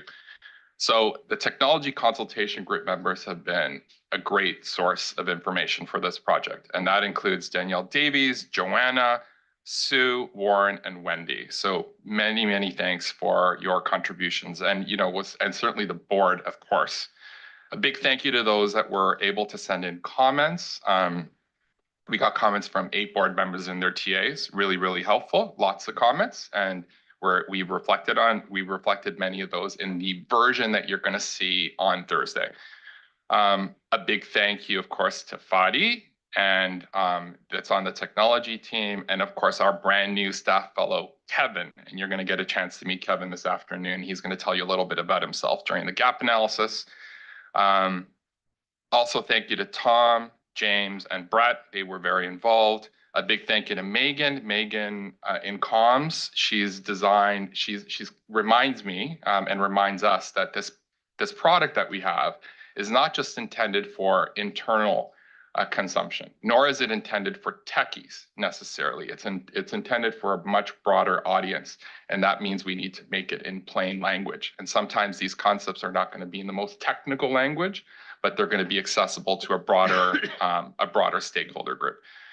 And then finally, a very, very big thank you to Willie, of course, for all of his insights. He's been instrumental in his support throughout, and I just wanted to call him out specifically, and even exchanging texts with Willie on weekends as we get this stuff ready for publication. All right, can we go to the next slide, please?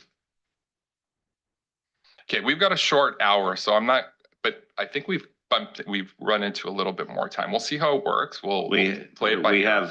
Before lunch. We assume we're don't need to be finished at lunchtime, so we could go over into the afternoon if we need. Sounds good. Sounds good. We'll keep our introductory comments brief, except for that thank you spiel that I went on. But we'll get through a couple of slides, and then I want to open it up for discussion. And also, I want to tell you a little bit about the comments that we got offline. So 10 minutes, and then 50 minutes, and then we'll play it by ear. We'll see what happens if we need more time. So next slide, please. So here's the timeline that we've been tracking.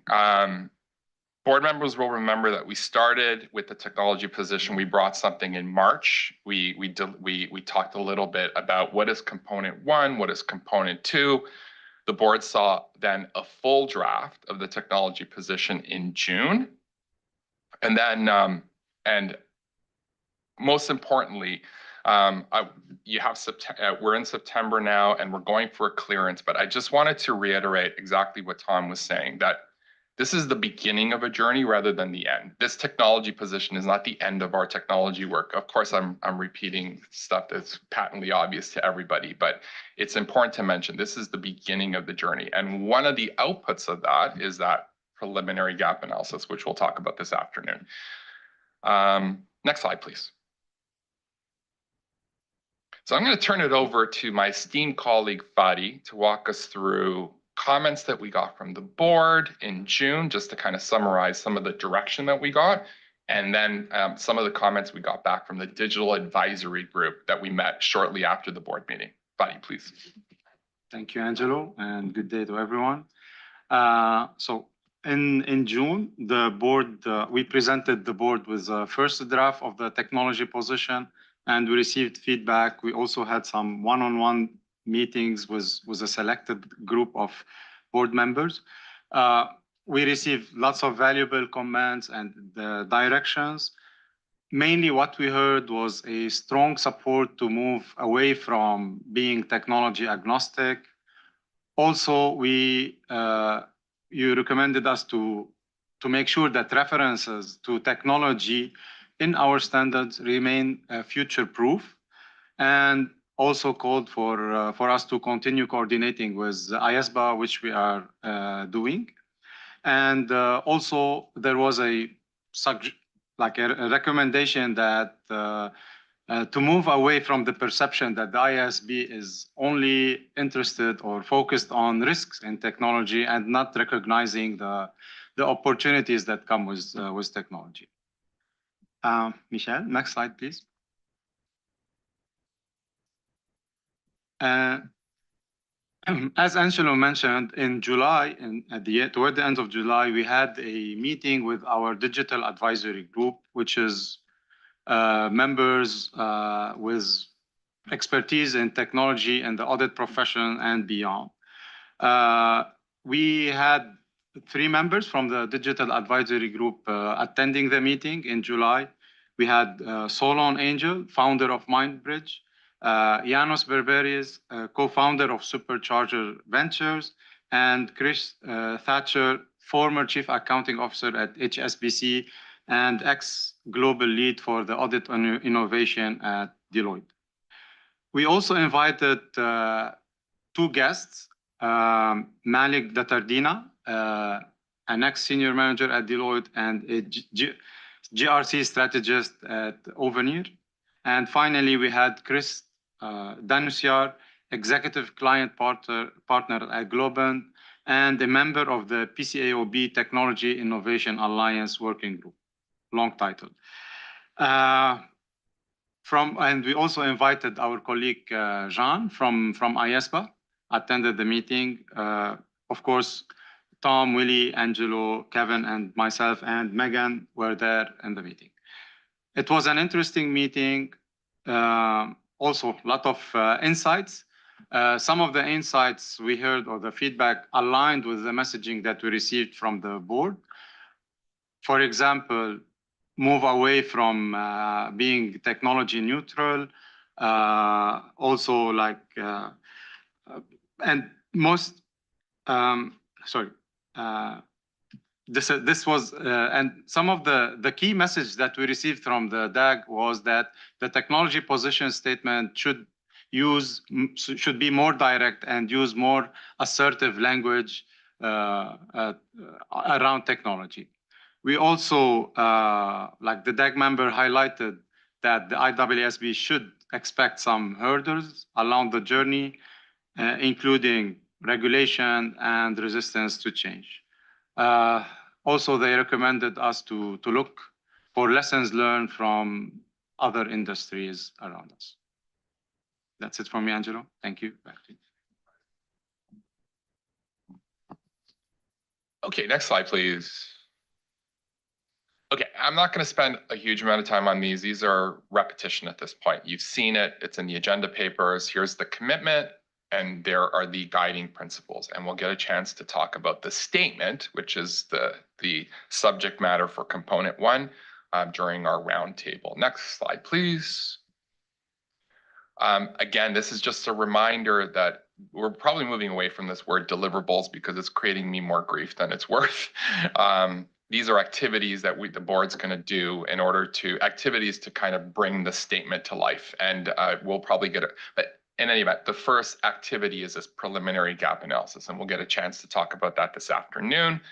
Next slide, please. And then you've seen this before. These are some of our sources of input, certainly not all of them. You know, we did get comments from some board members and said, well, you talk to firms as well.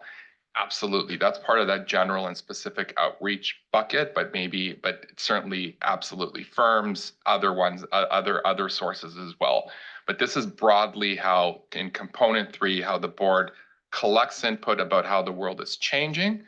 And then there's that recalibrate, which is an important feedback mechanism to kind of take a pause and think about, are we going down the right path? Is there a need to adjust course? And that's what that recalibrate action is in that flow chart. And next slide, please. Okay, before we get to getting your views, which I'm really looking forward to, I just wanted to tell you a little bit about some of the comments that we got offline, because I thought they were really, really good comments. So first and foremost, I think it's important to say, and I think it's not overstating it, and Fadi, you can jump in, that the feedback was generally very, very positive. It was, you know, we're great, we're moving in the right direction. Here are some editorial comments for you. And a lot of the editorial comments were spot on. So I reflected a lot of those edits in the draft that you're going to see on Thursday. Now that draft, you're going to see a lot of changes, but the substance doesn't change. There's certainly some constructions that change. So we'll get a chance to talk, and I might walk you through a few of those, but we're not going to get into the drafting. At a high level, I'll tell you a little bit. Then there was,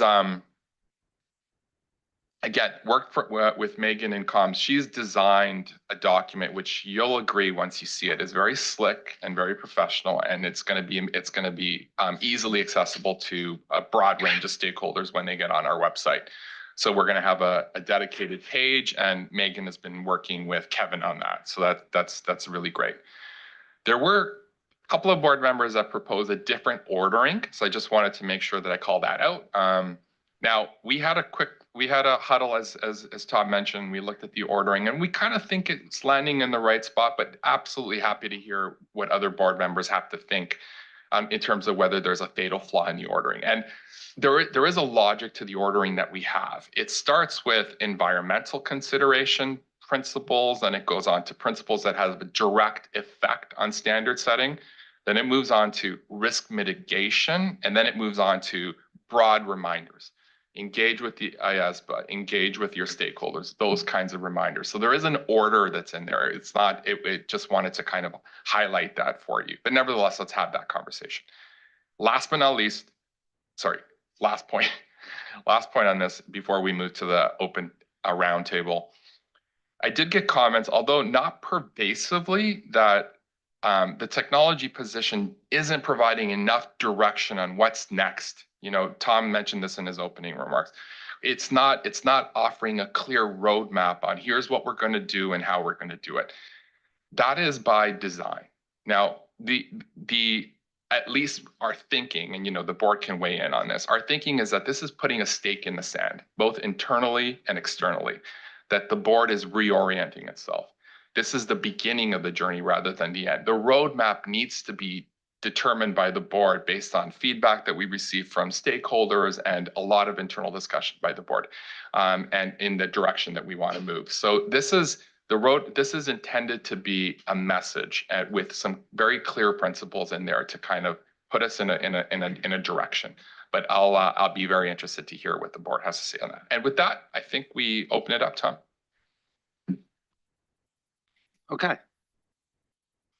So general comments, suggestions as it relates to the position statements. If there are concerns with it too, please raise them now. Ido? Yes, thank you, Tom.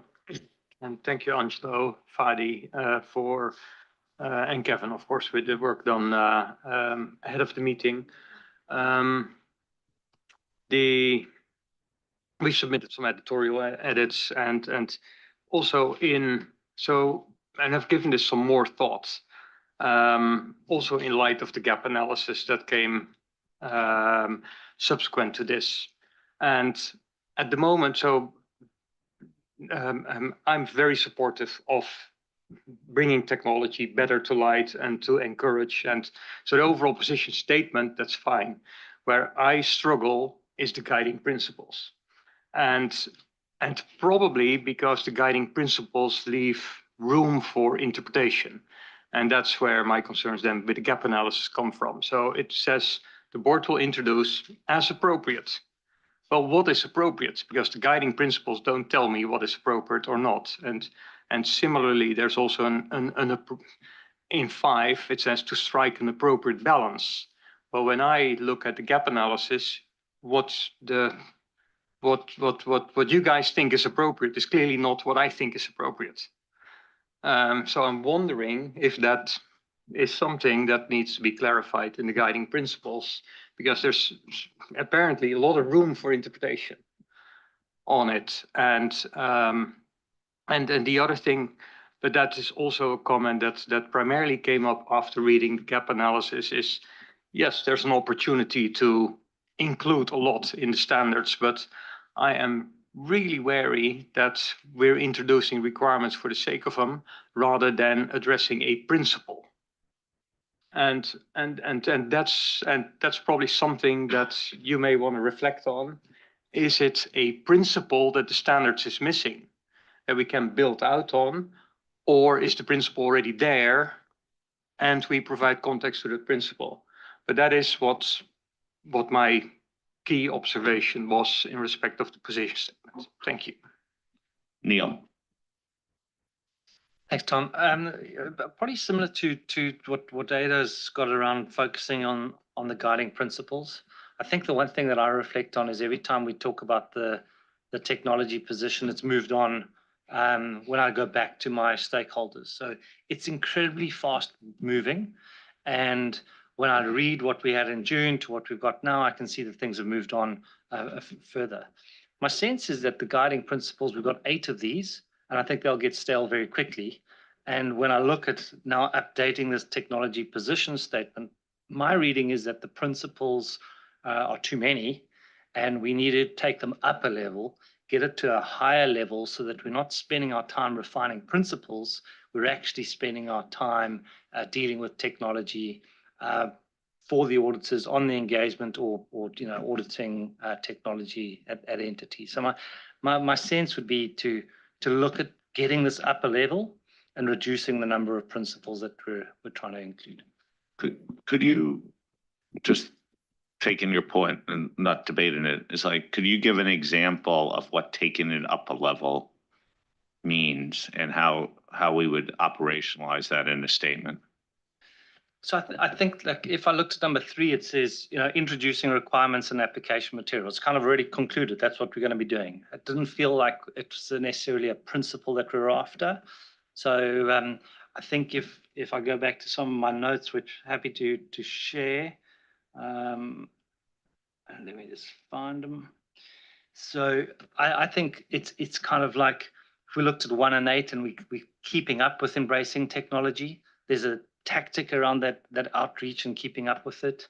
I think it's understanding the risks and opportunities associated with the clients and the auditor and the technology. And the pieces coming out of 1 and 8, and it's feeding into 2, 3, and 7. So I'm seeing other themes across the 8 that we'll be able to consolidate into a smaller number at a sort of more principled level. Okay. Christelle. Thank you, Tom. I fully support the initiative, and I have no major concern or disagreement. I have only few suggestions. First, for component 1, and I'm in line with what Neil has just said. I would suggest adding that the standards will remain principle-based in order to tackle this issue of things being fast, very fast in the next years. For component 2, I have 2 points. First, I would suggest adding some precisions on what could be done next in connection with 24-27 strategy and work plan. During my outreach, I noted that professionals are encountering issues with technology when implementing ISA 505 on confirmation and ISA 530 on sampling, which could be mentioned as tentative in alignment with a work plan. And second point on component 2, we could mention some examples of other deliverables that could be prepared once the initial gap analysis has been finalized. Thank you. Okay. We probably be cautious about being too specific about work plan decisions in this document, because that's actually a due process requirement. Anand? Thank you, Tom. Well, first of all, congratulations to the team. I fully support the technology statement in order to contribute with the technology position in the agenda 4A. What I could hear from constituents in Latin America is that some context necessary to understand the objective is not written in the document. For example, what is not the objective of the technology position? Because the concern of some practitioners and other interested in auditing standards is IAASB thinking in a clarity project to review all the standards relating to the technology concern? Because after reading the document, that is the impression for some people in Latin America. I believe that it should be more clear in the document. Thank you. Okay, thank you. Julie? Thank you. And Angelo, I sent through some comments, so I won't raise those comments here, but the most significant concern I had in reading this was when I got to guiding principle 3. And in 3, it seems to have already made the decision that we're going to include requirements and application material for, the way I read it, required technology-enabled procedures. And I think that that's, one, I think we don't know that yet. And 2, I think that's conflicts with guiding principle, I think it's 7, which talks about scalability and proportionality and making sure that the principles can be applied. So I think it's similar to some of the other comments we just heard, but I wonder if we need to think about the wording in a couple of the guiding principles so as not to imply a presumed path already without knowing where we're going to end up. And like Neil, I didn't have, I guess it was guiding principle number 8. I just wondered if that was necessary because it feels like business as usual.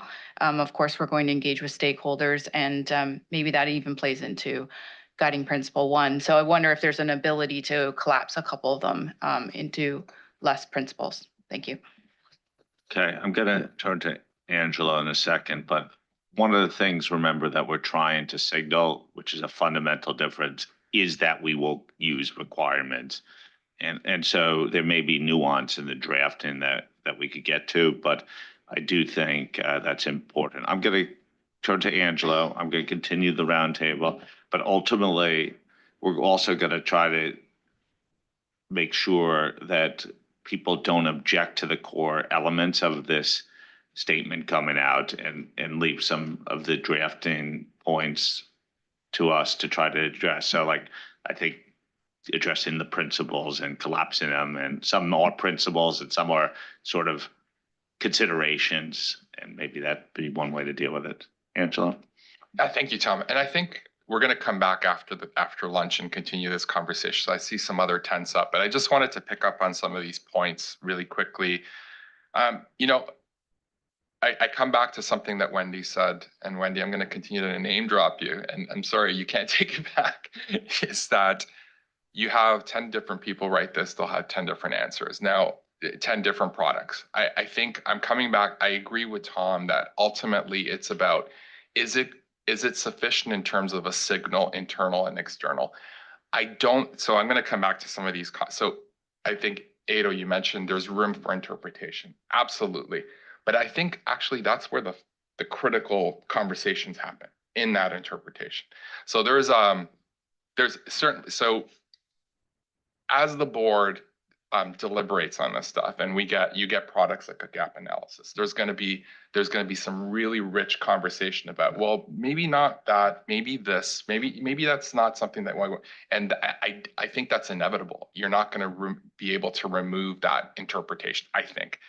In terms of too many principles, again, we've heard that some can be collapsed. I think ultimately at least my view is that these are important signals to the market. And I take Julie's point that 8 is table stakes potentially. It's saying we are going to balance stakeholder interests. But it's an important message to make within the context of technology, because you could see how there could be different stakeholders that have different perspectives on this. And we are signaling to the market that this is something that we are going to balance carefully. Although I get that it's implicit. I want to come back to Julie. You mentioned the two that there's an implicit suggestion in one of the principles that technology will be necessary in some instances. I think that was how you framed your comment offline. I think that's true. I really do believe that. I'm a bank auditor by trade. That's where I started. And I really do think that we have passed the point where you can do a bank audit without using Alteryx routines and using other sophisticated tech to help you understand all of this data that's going into an expected credit loss model. Now, of course, there's going to be smaller banks where you may not need to do that. But where I'm coming at this is that, yes, there is an implicit assumption there that technology will be required in some instances. And if we can agree to that, then I think the board may also agree that that we should ask the auditor to make that determination. That's the point that principle is making. And I don't believe, at least respectfully, I submit, I don't believe that that's incompatible with the guiding principle that Julie says that in terms of scalability. To ask an auditor to make a determination is not to ask the auditor to use technology. So it will be context dependent, depending on the complexities and the circumstances of that engagement. But wanted just to pick up on some of those points. I'll pause here. Thank you, Tom. Greg. Thanks, Tom. I'm pretty comfortable with the direction of travel here. You know, whether we have 6 or 8 and what order they're in the end doesn't matter so much, as long as it's a coherent sort of piece. So I think I was one of the 2 who suggested a different order, but I'm more than happy with whatever order because in the end that's not key. I do have a couple of comments on a couple of the principles. So principle 2, the last sentence about close collaboration with audit oversight authorities, I just wondered what we mean by that. We've got normal processes for if we're going to change standards. Why are we calling out that particular stakeholder or set of stakeholders when we have a whole range of stakeholders, a solid due process, a normal way that we go about things? So I was wondering about the last sentence in principle 2. In principle 3, I had a couple of concerns. One was in the second line of principle 3, we talk about whether technology-enabled procedures are necessary. So this sort of went against the embracing technology idea that I thought we were trying to. So in other words, it looked like we'd only introduce requirements and application material for those audits where you really couldn't get away from using technology. Whereas I think the whole idea here is we're wanting to make sure the requirements and the guidance are appropriate so auditors can embrace technology in the right circumstances in their professional judgment. So it felt a bit directive and a bit limiting, that are necessary type language. And then in the second sentence, I just wondered what that actually meant. So where technology-enabled procedures are employed, the board will introduce requirements and application material on the appropriate application of these procedures. That is so wide. I just wasn't sure what we meant by that. So does that mean whenever someone starts using a new technology on a given audit, we're going to try and race out a new set of guidance to tell them how to use something they're already using? So I was struggling a bit with that language. But lifting back up to what this is, I think we just need to, and we'll see another version later in the week. We just need to, I think, lift up ourselves as we're looking at this as a sort of a coherent set. And we can, each of us would write this differently, and we might write it in different order using different language. We've just got to, as a board, come together and just make sure, we get behind this by the end of the week so that we can approve it. Thanks, Tom. So Wendy, you've been cited.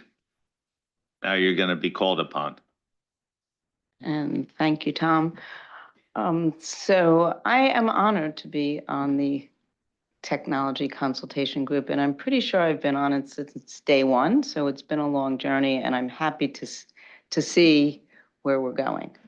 In listening to all of this feedback and reflecting on the meetings that we've had to get our input and some of the comments that have been sent in, and something you said in your introduction about how these principles are bucketed in different ways, I don't think I saw that or understood that. And I think we might consider a table or a graphic that says, or subtitles that makes it very clear, where the principles are headed. I think you said environmental principle, and so I think that would be very helpful, because from listening, from reflecting back on the meeting that we had, and everybody said 8 was too much, we never talked about bucketing them by different type.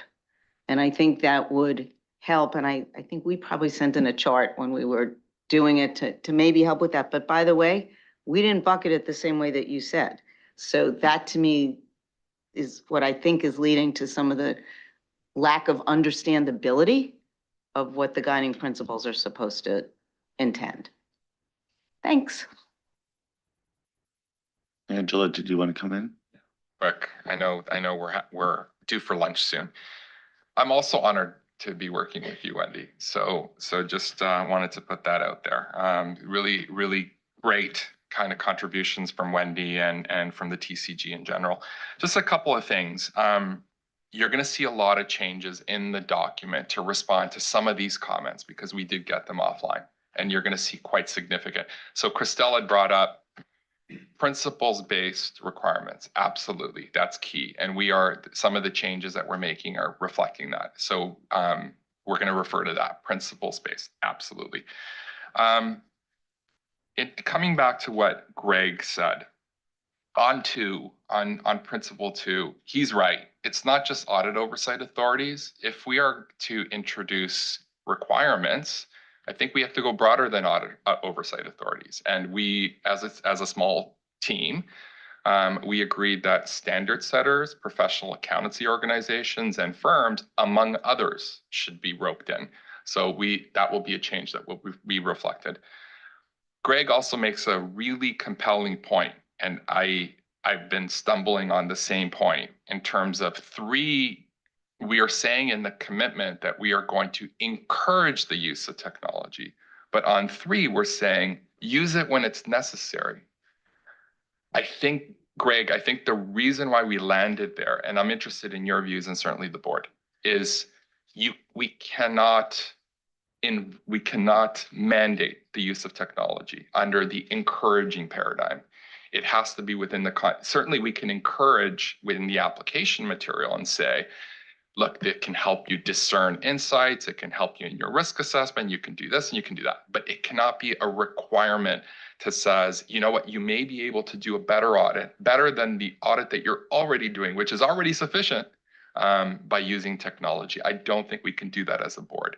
So that's why we're landing in that spot. Now, we have simplified that paragraph tremendously. You're going to see it completely stricken and replaced. But maybe we can have a discussion on Friday. I can show you some of those changes that were made. And I'll stop. Okay. So we have to break right now because we have a coordination meeting, and we have visitors coming over to here to meet with us. When we return, I have Eric, Kai, and Josephine to speak. I want to clearly sort of, unless on the statement side, the actual statement itself, there seems to be broad consensus that we're basically in the right space. Some of it, we're hearing a lot of comments about drafting as it relates to the principles, whether it's the specificity that's provided, whether they're too determinative, or whether we could streamline them. I think we will need to consider that as well. But those are the themes I'm hearing. But we will come back to Eric, to Guy, and to Josephine after the break. We will reconvene at 2:30. We'll finish the discussion on the position, and then we'll move to the gap analysis. One of the things we have to be very careful with, I think, is we may not know all the direction until we do the analysis. So for people who are asking for a lot of direction in the statement, it's the position itself or the principles, I think we may want some flexibility as an organization, but that's my personal point of view. So we'll pause here. I think we're making progress. I feel like we're discussions about the actual standards always go easier than sort of strategic discussions at this, because then we get into a lot of drafting. But good conversation so far, and I'll see you after the break.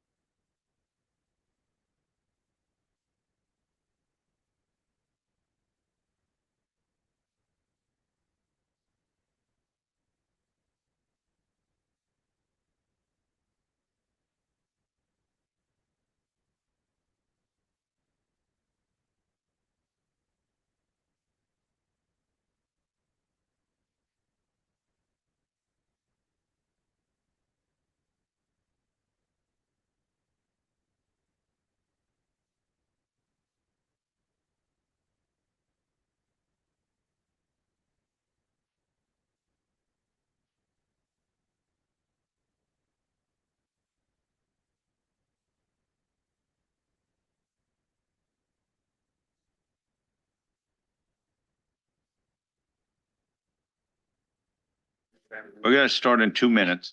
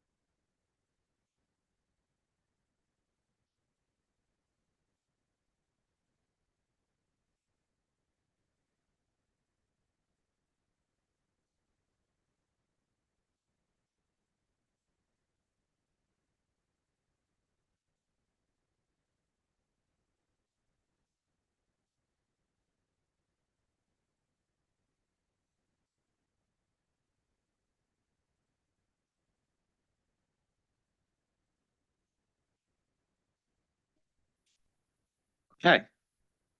Welcome back. So we're going to return to our technology position. I have, before we turn to board members, and I have the order, Eric, Kai, and then Josephine. I'm just going to ask Angelo. You said you wanted to come in with a couple of comments. Just really brief. Thank you, Tom. I just wanted to write that down. Eric, Kai, and Josephine. Yeah, I just wanted to, I heard that maybe when I said there were a lot of changes that were made behind the scenes before we even joined this meeting, I just wanted to clarify those were largely editorial. And that's what based on comments that we received from the board. So just wanted to clarify that. Of course, you know, all the comments that we're getting, we'll take those back and we'll think about them and we'll get a chance to talk about them again. And you'll get to see them in the next version. That's it, Tom. Thank you. Okay. Eric. Thanks. So I'm not loving it. As you remember, in the past, when we were going through the audit evidence project, a lot of the questions that came up were around how do we deal with technology matters in the standards? And I think the idea about a position came out of the challenges that the board was facing about how much to put into the standards. And so I thought that that's kind of the direction that we were going to head. But what I'm seeing here, I think there's very little here that would help a project team writing a standard, figure out how to deal with technology in the standard. I feel there's a lot of motherhood statements, a lot of generalities, and not enough specifics. Now, I'm not asking for a roadmap. I'm not asking for, you know, something that's incredibly detailed, but like Edo, I think, or I felt that there was a need to have something that would help the project teams as they move forward. And I think when you look at the papers we're going to look at later on the project proposal for risk and response and the gap analysis, you'll see how those staff teams have been struggling with applying the technology position as drafted into the matters that they're presenting to us this week. So I'm pretty disappointed. I thought that this was a real opportunity for the board to make significant steps forward to so that as we go through on a standard by standard basis, we're not revisiting the same issues over and over again. And I'm afraid I feel that this statement will not help in that regard. So those are my views. So Eric, you suggest some specifics. What would you expect in such a statement that's meant to apply to our broad work program to include when we have a process of investigation for each and every standard itself?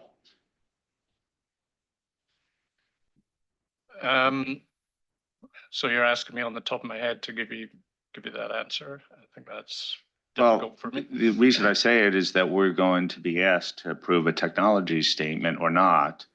And I just wanted to,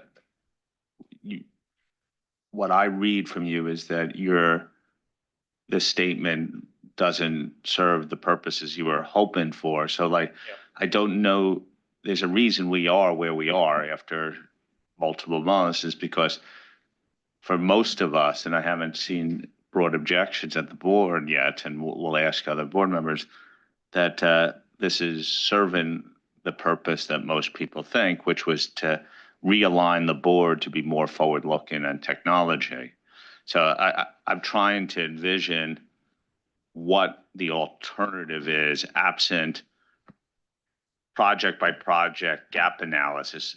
What we didn't have up till this point was license to bring in technology into our standard setting process. So broadly speaking, I think what I would do is I'd remove a lot of the principles that are dealing with things like engagement with stakeholders. I don't think that's something that really is needed. So I think there's some of the principles could be removed. And I think the ones we would focus in on are the ones like 3 and 4,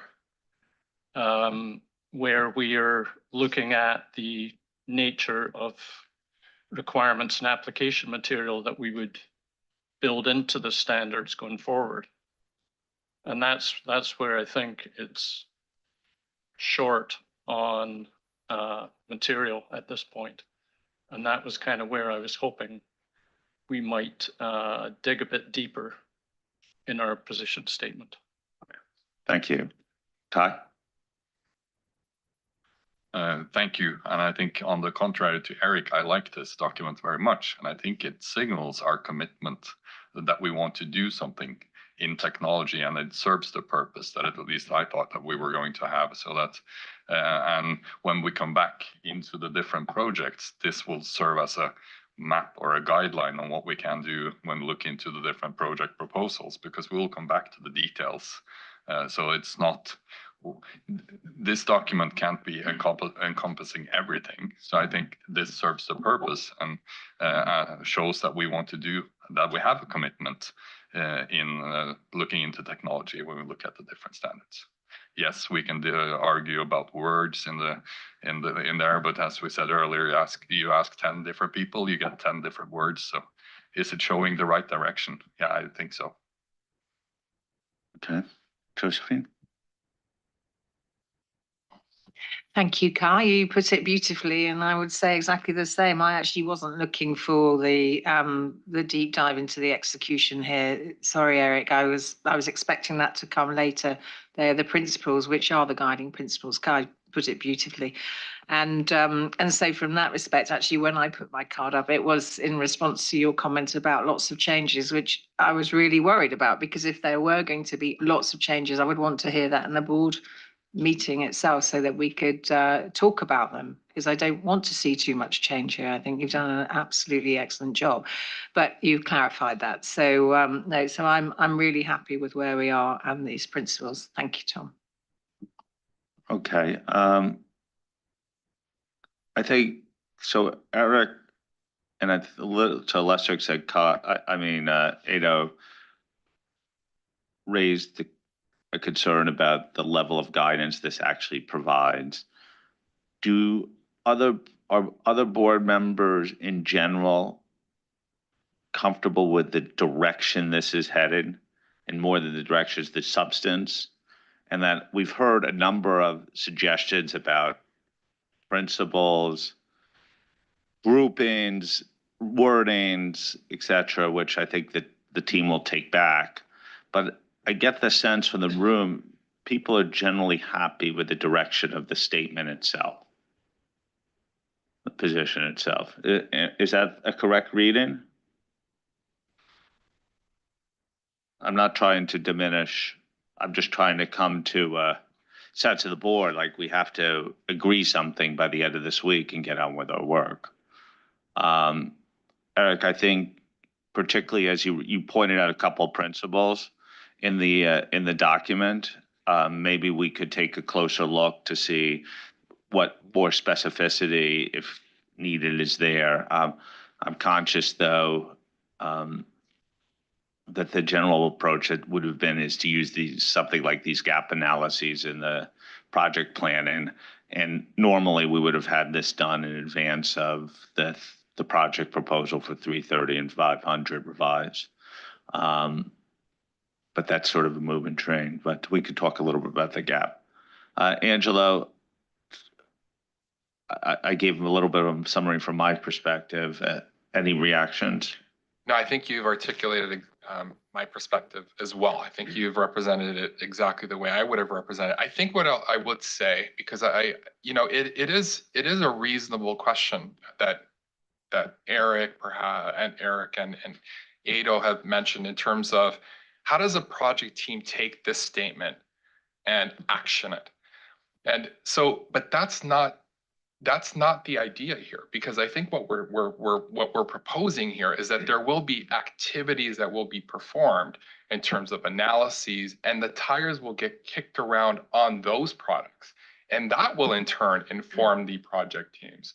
So we kept it at a directional, aspirational level. The whole idea here was to put a stake in the sand and to signal outwardly and inwardly that we are pivoting as a board.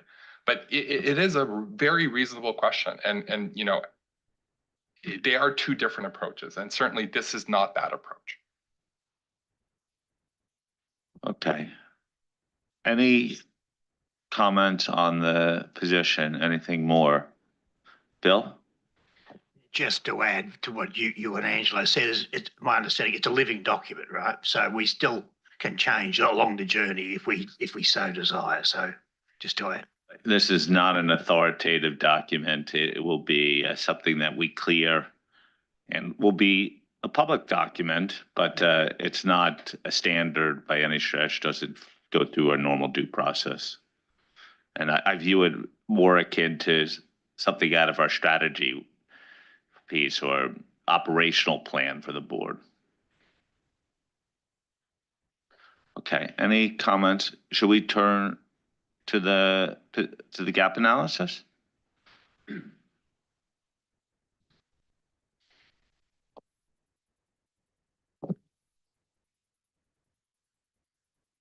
And if my esteemed colleague, Michelle, I'll give you a couple seconds, Michelle. Of course. I need a couple seconds myself, so. Here we go.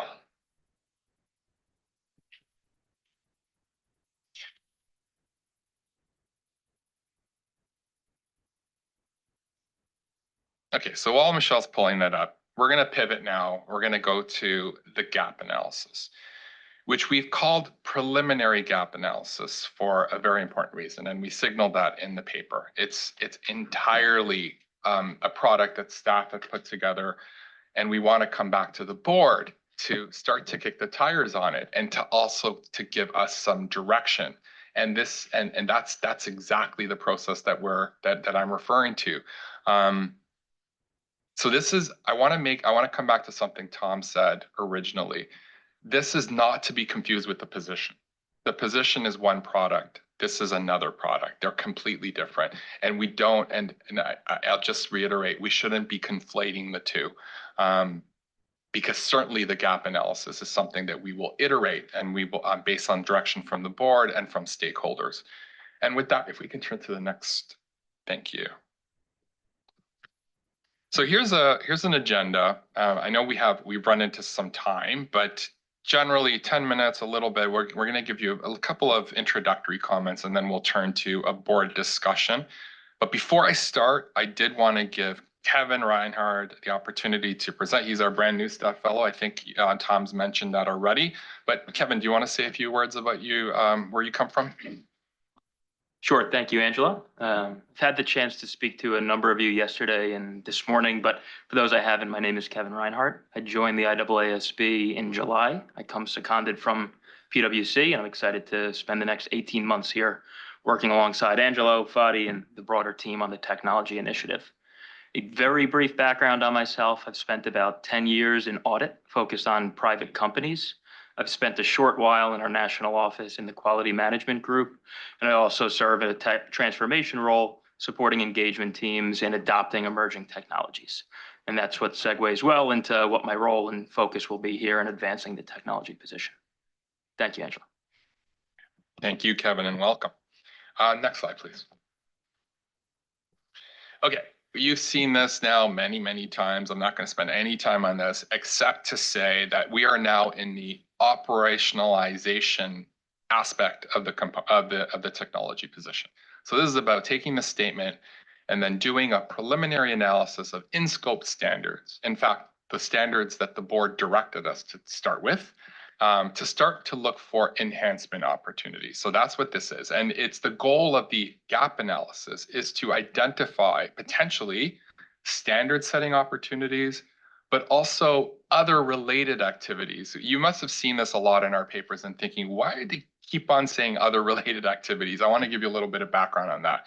In our strategy and work plan, it makes reference to the IAASB does standard setting, but other related activities. That's referring to production of non-authoritative guidance, communications with our stakeholders, and any other pronouncements or engagement that the IAASB does. So that's what that is referencing. Next slide, please.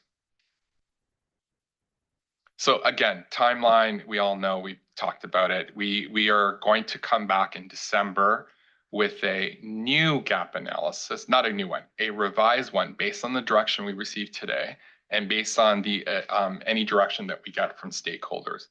Incidentally, there will be a lot better connection between this document and the risk response project proposal, because I know that some of you have gone and said, well, let me try to draw the connections. And I think they're there. And the risk response team, I know Jasper's here and Anna's here and Henken, they've got a slide that's going to show these connections where and how they relate. So they're going to cover that. I'm not going to steal their thunder. But it's going to be a lot clearer in these documents how they relate to each other. I know that a comment that was raised by one of the board members and Joanna and Eric is there's a principle that says something around we're going to look to how entities are using technology, but how is that in the project proposal for the end? So these are the kinds of things that we're going to be drawing better connections. So I don't want to spend any more time on this one. So next slide, please. Okay, so I wanted to just, before I turn it over to Kevin, Kevin's going to walk us through the approach he and Anna took. So Anna and Kevin, a big thank you for the heavy lift that they did on this. I was sitting on a beach in the Caribbean, sipping on mimosas and, sorry? Yeah, 100%. I'm not ashamed to mention it. Sorry, I lost my train of thought. It wasn't mimosas, it might have been mojitos or something.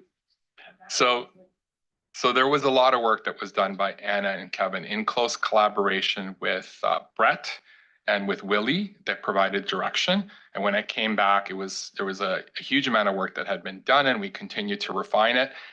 The bottom line on this is we wanted to put something in front of the board where we can start to kick the tires. This is we're not under any pretense or any illusion that this is it's in its final resting spot.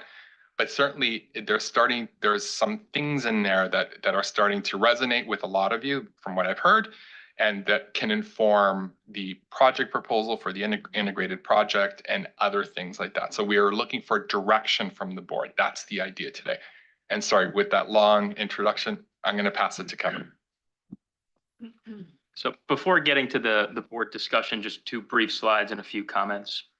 On here, for the process that we took, the first step really took place in the June meeting, which was the identification of the in-scope standards, which were ISQM 1, ISO 200, 220 revised, 330, and 500.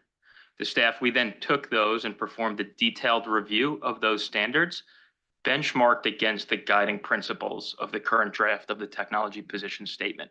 And I think that's important to point out that the initial analysis was done and rooted in that position statement and those guiding principles. We then had numerous gaps or opportunities, which were then consolidated and classified into various themes and areas of focus that you'll see within the paper that came in front of you.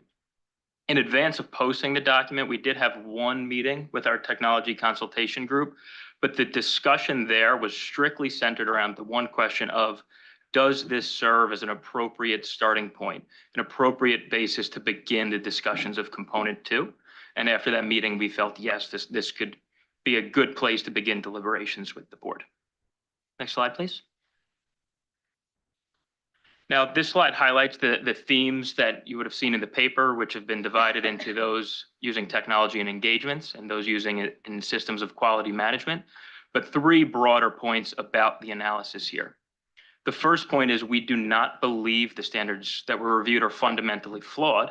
However, we do think that there were opportunities identified when benchmarked against the guiding principles of the statement.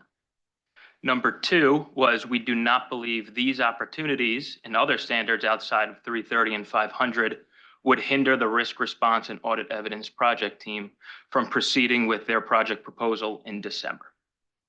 The third and final point Angelo already made in his introductory remarks, which was that the audit evidence and risk response project team has been considering these gaps as we work on parallel paths.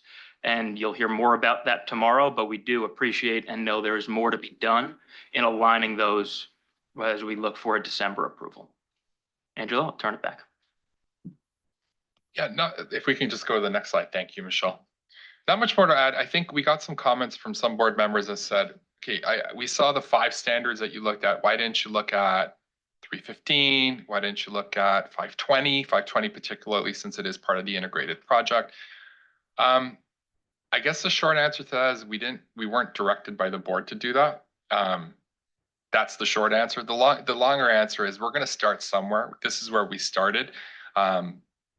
And, you know, in terms of 315, I think we did write in the agenda paper, in fact, on why we didn't choose 315 is just so new. It's such a big, complicated standard. We wanted to give it some breathing room before we start tinkering with it.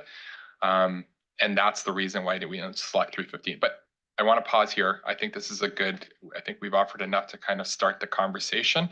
We hope to keep it to 2 separate questions, but you know, we'll take it in whatever direction it goes. The first one has to do with, maybe if you can tell us a little bit about what did you think of the approach that you heard? Are some of the insights that emerged from it, are they useful? And how would you change the analysis? And that would be really, really useful to us as we move to the next iteration. And we'll come back to the second question, which is the thing about how it connects to the integrated project, which is an absolutely important question. And we thought we'd handle that a little separately, but we'll see how it goes. And with that, I'll pause. So you just want input on methodology, effectively, the A. Ada. So maybe not a comment, but just a question. What have you done to get here? Well, I don't see standards and requirements and application material where there is actually a gap. And I'm just trying to understand, because I would think, but I may be entirely in the wrong space, that you have ISQM 1, 220, whatnot. You run through the requirements, you either identify a gap or not. And then you apply the guiding principles, which says, oh, but as appropriate, we will do requirements or application material. And I don't see that thought process coming through. I have a table that deals with stuff we can build into standards and stuff we can build into SOQM or ISQM in respect of SOQM. There's as far as I'm aware, never been a concern raised about using technology in SOQM. So is this just scope creep that we're building in for the sake of it? And so I'm trying to see where is all of this coming from, because I don't see it. You want to see the evidence, effectively. I am an auditor. Yeah, I know. I got you. Angela, will you want to give a little bit of a background on how we got to this table? Yeah, I'll give a little bit. So certainly, and Kevin's going to jump in because Kevin's done all the heavy lift, and Anna. So there was all of that going through the requirements and there's all this background material that we didn't think was appropriate to kind of include. So there was that, but no, your question is absolutely is well found. And in fact, that's the kind of direction we want from board members. Like, what do you want to see? What's too much? What's too little? So all of that's welcome. In terms of SOQM, I'm not sure I would qualify it as scope creep, and I'll tell you what I mean. If we're committed to technology can in fact be used, and it is being used by many firms to improve the quality of an audit, for instance, there's an element there of, well, maybe at the firm level, there could be quality management processes where the firm can track whether in fact technology is being used in engagements by implementing a monitoring system in the SOQM or other such things. I know that some firms have various terms for it. Milestones is one of them, where they track that planning is done on time, and that's the kind of technology that can be done at the SOQM level that is already being done by a lot of firms, right? But that can be we could have a perspective on that as a board. But that's the SOQM angle of things. Certainly, it's not the payrolls IT application system. It's not that other IT applications that are done at the SOQM that are entirely operational. But there are elements of that SOQM that could be very, very relevant in terms of monitoring or seeing that technology is being used consistently with the firm's appetite for the use of technology. Thank you. Did you want to react? So that may be just my reading, but because and one of the foundational or the guiding principles also barriers. So coming from a relatively big firm, nothing is stopping us using technology. We use Gen AI, we use all sorts of tools.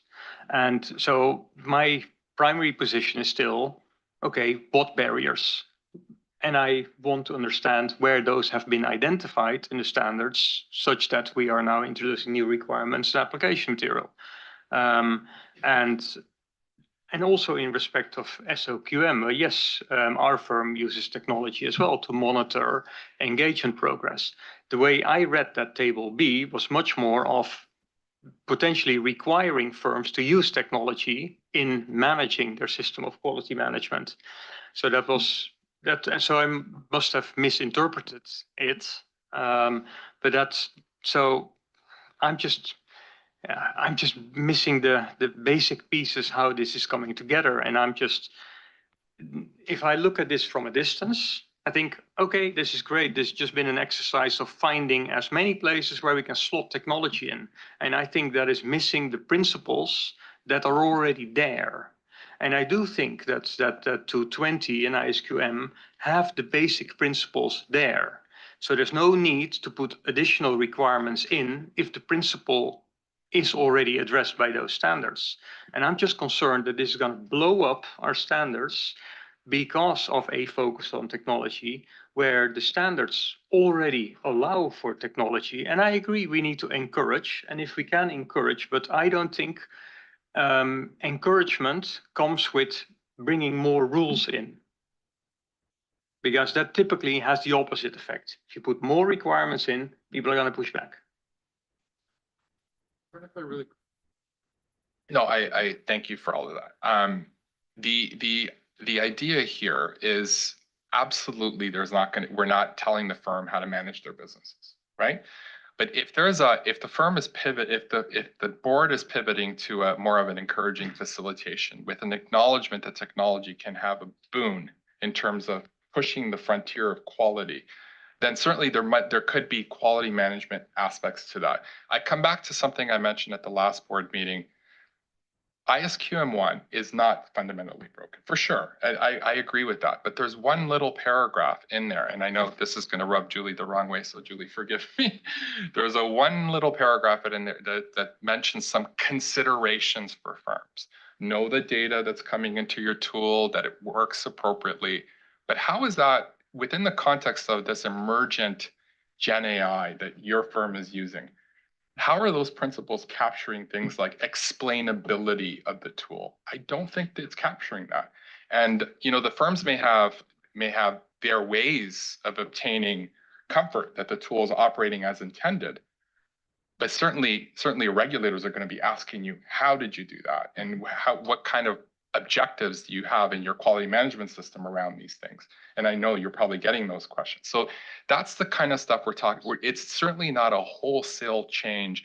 And the very last thing I'll mention is we took, and Willie absolutely made sure that about this, and I'm glad he did. We did not want to come in this gap analysis saying you must in 330 needs to be amended X, Y, and Z, or 315 or this or that. It's about opportunities. Now, project team, task force, focus group, go and talk about this and think about how it impacts your project. So it's entirely about areas potentially that are being identified, and it's being kept at a very high level on purpose by design. But if that's a good discussion to have. Should it be more specific? And I think that's what we're looking for direction on from the board. So I think there's a nugget of what Edo is saying, though, is, okay, even if we do identify all these areas, is what's the lens or filter we're going to use to determine what action is the case? Is it that, even if we think our principle is justified, I'm just trying to, it's back. The principle's there, it doesn't prohibit, but there is some barrier that needs to be addressed, whether it's regulatory or actual. But you're sort of saying you need that level deeper, a different lens, something guidance to say, okay, what do I do next? And I think that's a little bit implicit in Eric's remarks of earlier too, about like what do we need, what guidance, what are the types of things that will trigger standard setting action as well. If I'm reading some of what, we're only on the methodology right now, not the substance of what the gap is. But is that the thrust of what you're saying? Yes, that is exactly where I'm pointing at, and that correlates with my comment as to, yes, this is the guiding principle, and I have sympathy for Eric's comment. It is like, generic. Well, it's hard to disagree with, but the devil is in how to apply it. Well, as appropriate may have entirely different perspectives of who's looking at it, and that's and I'm for where we are. This document, I don't see that yet, and that will be probably a next version, etc. But that's what I would be looking for. Thank you. In the gap analysis, okay. So we're still with the question A of this board discussion. Sue and then Sachiko. Thanks, and I'm probably going to build on some of what Ado said actually, because I was probably expecting more discussion in this document around some of the barriers to the use of technology. I think when we had the session in March, we had the breakout sessions and everything. There was quite some rich discussion there, I think, around some of the obstacles. And Ado, you were asking for examples and things. I think we were talking there about the way in which procedures are categorized and the fact that people are spending a lot of time worrying about what bucket something falls into rather than focusing on the quality of the output. So I think there's a lot of opportunity there to sort of dig in there and see some of these barriers. And audit is a regulated profession, and different people, different stakeholders have different perspectives, and that plays out. So I know the comment came up earlier about the broader outreach to the stakeholder groups, not just regulators. And I think that wide outreach, maybe in a way in which you can get some real kind of open, honest feedback would be incredibly helpful. So, so for me, more in the way of gap analysis, I think, more in the way of analysing some of the barriers. And then I also probably had a similar point on the SOQM piece. I think the hooks in ISQM1 are adequate for what we look at. I think it's drafted at a very principles level, and those principles, I think it's entirely appropriate that it's high level, because you said all the changes that are going on. If we try and hard code something that's lower, then we're always going to fail. It's always going to be too detailed. So the high level principles, I think, do work across all the different kinds of technologies you're talking about. But I also don't see a real kind of burning platform on the SOQMs. I think there are a lot of issues, and we talked about them in March and June, that are coming up at engagement level, where there are barriers, there are challenges, there are things that we can be looking at in more detail, versus what you explained on the SOQM piece is, of course, there are opportunities and there are things that are being built out by firms, but equally, I'm not sure we're picking up the kind of the deficiencies, the barriers, noise. So I would maybe distinguish the two things in terms of prioritization and what have you. Thanks. Sachikam. Thank you. I understand this is the first attempt to make the gap analysis, and therefore I would like to provide several suggestions to enhance it. I think the analysis need more details in terms of the linkage to the statement, as well as the evaluation of priorities. And in other words, I think the linkage needed between statement, gap analysis, and the project proposal. And I understand this gap analysis will be used by the project team, and the execution occur at the project level. And I now understand it is not a roadmap, but I think we need to show some types of the prioritization of the issue so that the analysis is informative to stakeholder. And my suggestion is that maybe with regard to the linkage from the statement to the gap analysis, I think we can each area of focus in the gap analysis table can be cross-referenced for the most relevant guiding principles in the statement. I understand some of the areas relate to multiple guiding principles, but I think we can focus on more specific principles that directly link to each area, such as barriers, introduction requirement, and striking the right balance. I think that striking the right balance relates to the quality management things. And with regard to the evaluation of priorities, I think there should be linkage, such as having cross-reference where relevant between areas of focus in the gap analysis table and the proposed actions in the audit evidence and the risk response project proposal. Then I think in effect, I think we can show some types of evaluation of priorities so that, the stakeholder can understand which, action the board will pursue. That's my suggestion to the analysis. Thank you. Warren.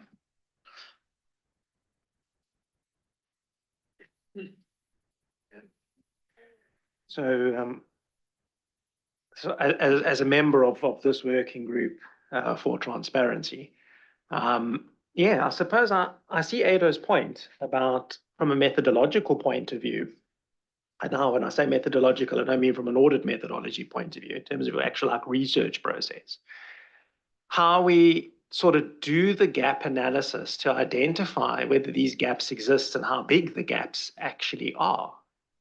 Because we go and you start off with the assumption that the standards are not broken. You've said that a few times.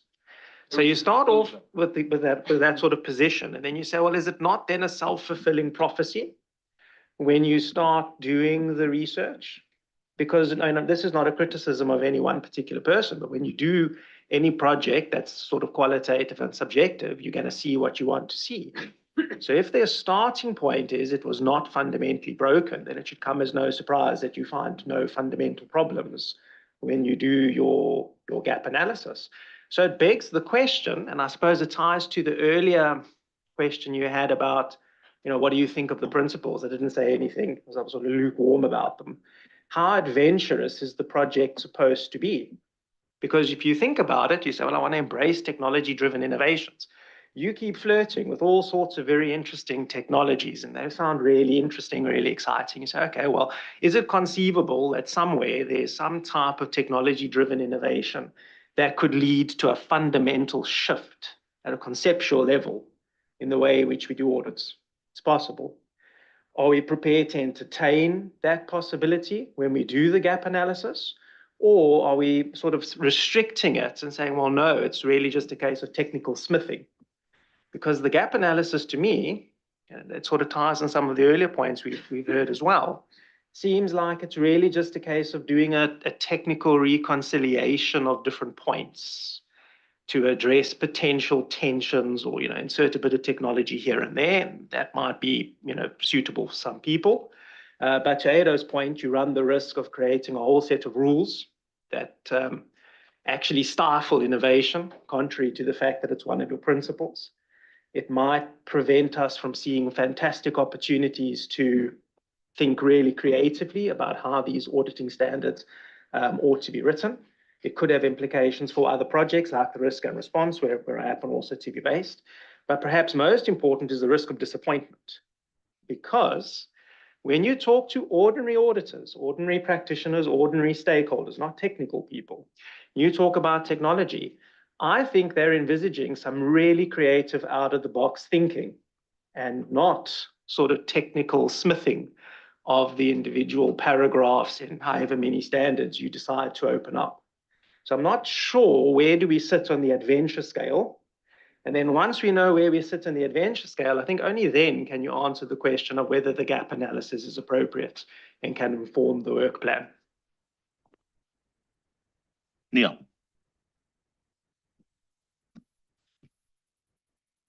I like lots of what Warren had to say. So following on from that, I'm going to sound less smart. The first piece is an echo around the ISQM1. I was surprised at the extent that's there. I definitely agree that using technology as part of it in your firm is insightful. It's good. I've seen firms with it and those without, and technology plays an important role, but I don't see that as the critical burning platform that we need to address.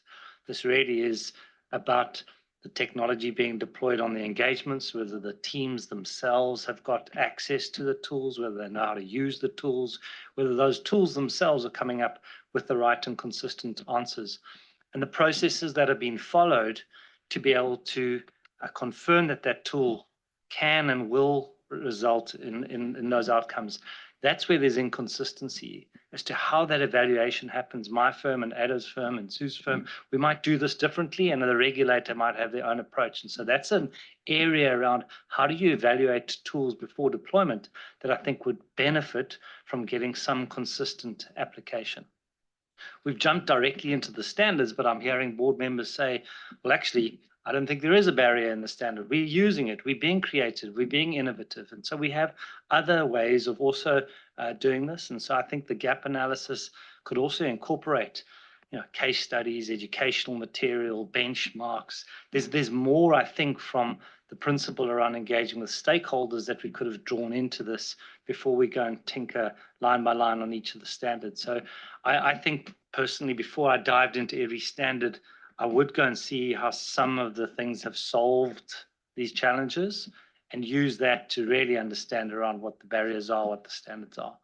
The last piece on methodology is I do think 315 is an important piece to have in this. It's older than ISQM1, so I don't think its recent necessarily flies if we're going to put ISQM1 in. I would put 315 into this as well. Christelle? Thank you, Tom. I have two comments. The first one is about, I think, the fact to take into account the academic literature. in the gap analysis. I think that it would be very interesting to take into account the main findings of the academic literature from a methodological and substantive point of view. I'm sure that it will be very useful and it will reinforce quite a lot the gap analysis. So I would encourage you a lot to rely on that. And my second comment is that I believe that the gap analysis is a good starting point for our work on technology because it appropriately captures the improvement opportunities in the standards. But as it was said by Sue, I'm wondering whether this analysis is sufficient to achieve the second guiding principles, removing barriers and in the standards. The document appears to include several improvement opportunities about approval of technologies or farm policies. These are necessary safeguards, but as Edo said also, I would like to remain cautious not to create more additional barriers to adopt technology than removing the existing one. Thank you.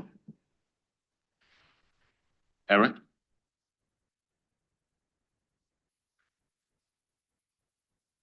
Thanks. And I support a lot of the comments that have already been made around how this ties into the principles and identifying what the gaps are. This just was not clear to me from the analysis. And it wasn't clear in addition why principle 5 was not considered to be fundamental in the analysis, but I would have thought striking the right balance was a key principle that needs to be considered throughout this work. In Table A, it refers to some core questions and then opportunities, and it really wasn't clear to me how why we did it that way, or what the relationship was between the core questions and the other analysis that was done later. And I think similar to what some have been saying at top, the headings are talking about things like evaluating the opportunities. I think as we've been saying, it's more around what are the actual gaps and evaluating how do we identify those gaps and what would the action be needed to address those gaps. And really, I think, although I liked a lot of the sort of layout and the framework and so forth, it wasn't clear to me whether this is the best way of presenting it, because ultimately it depends how it's going to be used. If we're ultimately going to go with individual standard setting projects, then maybe the summary needs to be more by standard as opposed to by themes, and because it's hard for the board to see, well, what's the implication for that particular standard without going through the whole analysis.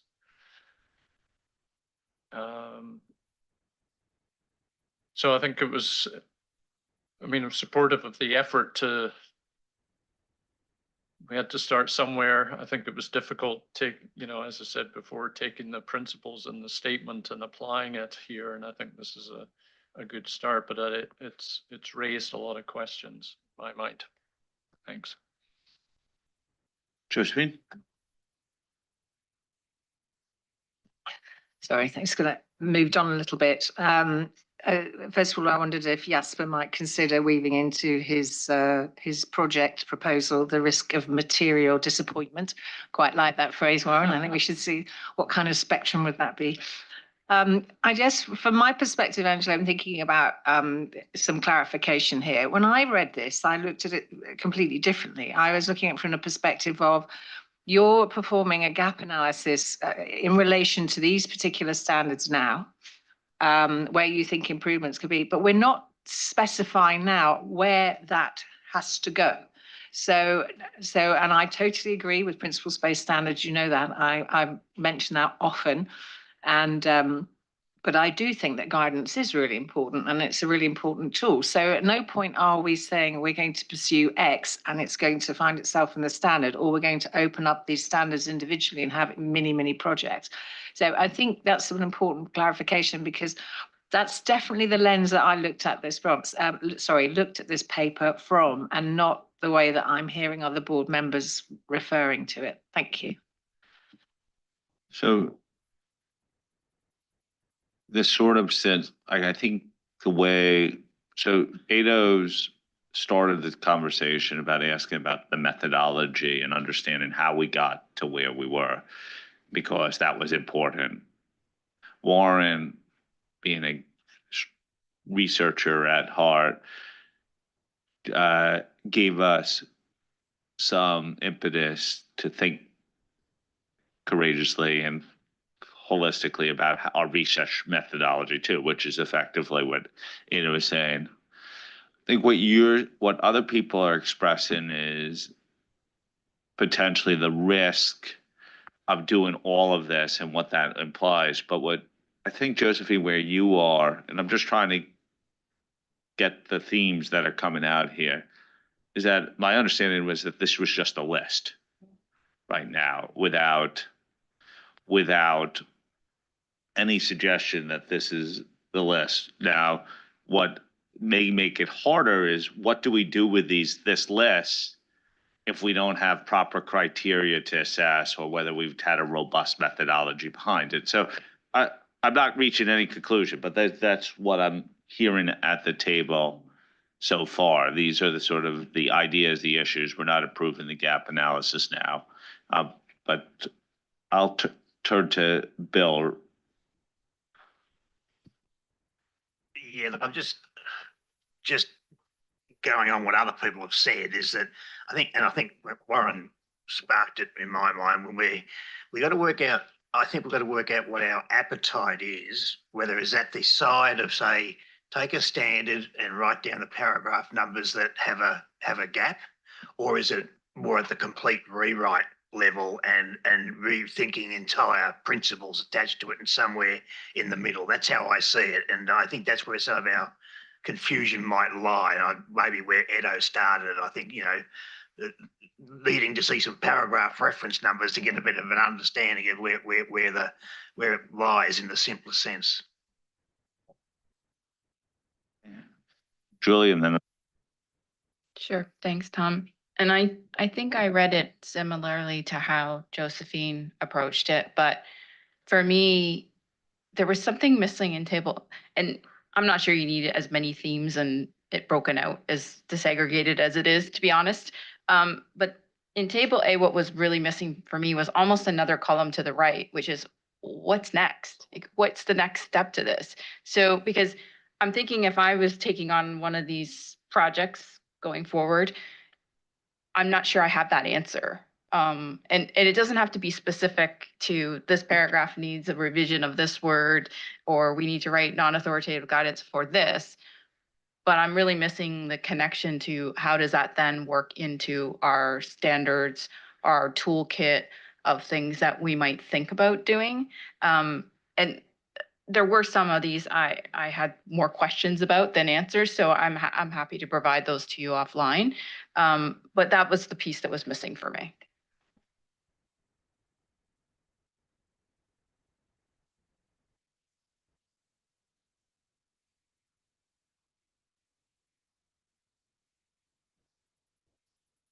So this is exactly what we were looking for. So I just want to call out some of the stuff. So thank you, new column. When I came back, no, absolutely, no, I'm not making light of it. I also had the same question when I read this. What does it mean? It left a lot of questions in my mind as well. And this is the direction I'm looking for from the board. This is, thank you. Sue mentioned barriers. Absolutely. We're going to flesh that out. And Sachiko mentioned connections. What does it mean? Absolutely. These are all the things that we need to flesh out a little bit more. I want to come back to what Warren said. Warren has such a nice way of putting some stuff, and I think he's right. If you look at this under any lens, you're gonna have confirmation bias. You're gonna find whatever it is what you want to find. That's just the way humans are built, right? So, but Warren is also right. We need to, as a board, this is the reason why it's important to have this discussion with the board. We need to hear from the board. What is your level of adventurism, right? Is it like, so to Warren's point, it could mean a complete overhaul. Everybody don't panic. That's not my perspective, but that is an end of the spectrum. The other end is maybe it's not an overhaul. Maybe we don't need to upend the audit model. It's something else. But Warren is absolutely right. And that's the reason why it's important that staff bring you a product and that you're able to kick the tires and we come back and you tell us, yeah, that's what we're thinking. Because this is a board, now we're back, this is the kind of direction we're looking for at the board. This is a board product. Because then the teams are then going to use it to action at the team level. This cannot action anything. It can't be actioned at this level. And Willie, I know that you have a lot of views on that, so please jump in. It needs to be actioned at the project level where you've got access to the right people and you're asking the right, and you can think about the implications for your project at that level. We're not going to action it at this level. But anyways, those are some of the things that I wanted to react. Academic papers, Christelle, absolutely. We need to look at every stakeholder and what academics are producing could be very useful. And anything else? So Neil mentioned, and I wanted to just come back on this one last point. ISQM1 is not broken. I hear that. I've heard that a few times, and I think Josephine's agreeing, right? That is kind of your baby, right? And Julie's baby as well. So, I got it. Okay. So yeah, and we're not suggesting that it's broken, but what Tom gave me this analogy, and it kind of resonated with me. The playground is kind of vast in terms of the certification of tools, that one paragraph that I'm referring to, what firms do, which is a critically important function because the global firms are certifying tools that get used in engagements. And so that is a critically important, especially within the context of where technology is moving today. So that we can't underestimate how important that function is. Are the considerations that we have in ISQM1 sufficient? Tom, now I'll come back to what Tom mentioned. We have a pretty big playground right now. Does that playground need to be defined a little bit more? In my humble opinion, I think there's some defining that needs to be done. That's not suggesting that we throw out ISQM1 by any means. I know Tom has some views, and Tom will speak for himself, that maybe there's potentially another quality management standard. These are all of the rich conversation that is going to emerge out of this technology position. None of it needs to be determined today. But I think these are all good conversations to have. You know what, since I've been cited here, all I would observe is that going back to the key things, I was like, what would be the things that would trigger standard setting action on any of these areas? And so some things would be, is there barriers to regulatory acceptance because there's not a sufficient definition in the standards? Would there be, because the standards were drafted in such a way, are practitioners having to retrofit technological means to achieve a principle that could be done more easily? That would be, I'm just trying to think of criteria that would drive standards. Is there a wide range of a disparity in the way standards are being applied that we needed to drive greater consistency in practice as a standard setter? So the sandbox is this big and we think acceptable practice may be here. This goes just a little bit towards the Ado and Eric points of earlier, is like, when do we know when these gaps or opportunities require action?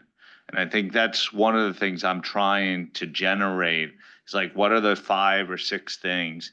Because we know in the world of financial regulation and prudential regulation, there are more defined principles and guidelines that regulate model development and the use of technological tools.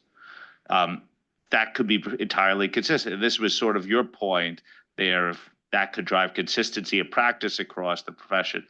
I'm not saying that we should do it, but I'm trying to piece the different elements together to say, okay, if we have a robust list of areas, okay, how do we sort through it to know we're not just expanding our scope for the sake of standard setting, but we have a legitimate reason for doing it.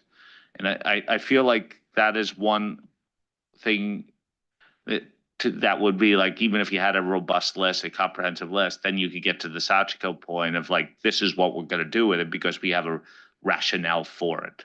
And we still, I feel like we need to work on this a little bit. Billy, I see you've had your 10 card up, but I'm trying to piece the different elements to get to some actionable point for this board. Thank you, Tom. And I think what you said in terms of we still need to work on that, it's almost the point that I wanted to make. I think, the gap analysis at this point, the preliminary gap analysis, it's our working paper. Ada, you said right at the beginning, you don't see the evidence how we got here. And we could have done that. I mean, Kevin has a serious spreadsheet in terms of how him and Anna worked through every requirement in all these in-scope standards, had columns, linked them to the different guiding principles. And then when they did that, they said, but you know what, you keep on coming up with the same thing. So is there a more logical way to look at this? And that's where the themes evolved. And we shown you this as a working paper, but I think this is our working paper, but it's also the board's working paper. That's why we needed to have this discussion, because it is important that you tell us what is it that you want to see in this, what is missing. The gap analysis is never going to be something that's going to be approved. In my mind, it's a living document. Yes, we are happy to share it with the world, which we have. It's posted on our website. But for me, it is we need the guidance to say, well, next time, because in the end, for me, the only reason why we're doing this is to operationalize the commitment that we've discussed earlier and those guiding principles. And how are we going to execute on that? We need a mechanism to bring us to a point. So what are the work plan decisions we're going to take? What are the decisions that we need to take at a project level? And I think there's going to be both of those things. There may be work plan decisions in terms of projects that we may need to look at, and there will be decisions at the project level, for example, the risk response project and the audit evidence and risk response project. And how I see this, and that's why we also said this needs to be a regular discussion of the board, is that I don't think the expectation should be that we come and say, okay, here's everything and here's the priority. It's the board that has to decide about what that is, what those priorities are. It's for the board to say, listen, table A, 1A, we can see how you got that to that in terms of putting a list together of questions that come up and possible opportunities. But you know what, for these and these reasons, we don't think this is opportunity we're going to pursue. So alongside all of those items in table A and B can either be no action is needed now, or we need to take action, and that action could be either A or B. And that is the whole purpose of this. It's never going to be a ready-made solution. It is something that we need to continue to work on together. And at the right time, when we have the right information, yes, we may decide to add a project to the work plan. Yes, it is important that we have the right level of details. Ashiko referred to a level of detail specificity earlier. Sue also made one or two examples that will appropriately inform our project proposal in terms of our active project. And we thought in terms of the themes, and we will certainly take the board's comments on board that we heard today, is that even if you talk about the use of technology in engagements, we thought there was an opportunity that a lot of this is anchored in your quality management. It is anchored in your quality management at the firm level and at the engagement level. So we're almost asking the question, have we reached the tipping point, although the principles in ISQM are fine, and that's a very important aspect because that's also why Angelo earlier said we don't think that we need to go and do a big project before we can do audit evidence and risk response, because we think the principles are strong enough to carry what we're going to do in those detailed standards. But also, have we reached a tipping point where we do need to have some principle-based requirements about the technology that is being used by teams and how they are used? And it's not rules, it always has to be principle-based requirements. So, Tom, and I fully agree with Tom, that's probably one of my biggest takeaways as well, is that I think we need a filtering mechanism to now say, all right, how do you make sense of this list? Right. But I also think we'll consider, it may address some of the desire for more specificity if we put some of those potential characteristics in our position paper too, under where we will take standard setting action, because we have to be people should know we're going to be guided by something. Wendy. No, is that working? Yeah. So not that I want to add to your Excel spreadsheet, Kevin, because I think large Excel spreadsheets are risky. But I think we've had some really good discussion and observations on some steps forward. I was particularly intrigued by two things. One was Julie missing the extra column, which that's where my question comes in. Would that extra column encompass more of component 2, which is the approach to operationalize, and include other related opportunities? Because keep in mind, component 2 is maybe standards and other related opportunities, for example, non-authoritative guidance. And we haven't had much discussion on that, except for Neil mentioned non-authoritative guidance in education, which, you know, the time in the world is not endless. So we have to, I like to use this expression, quick wins.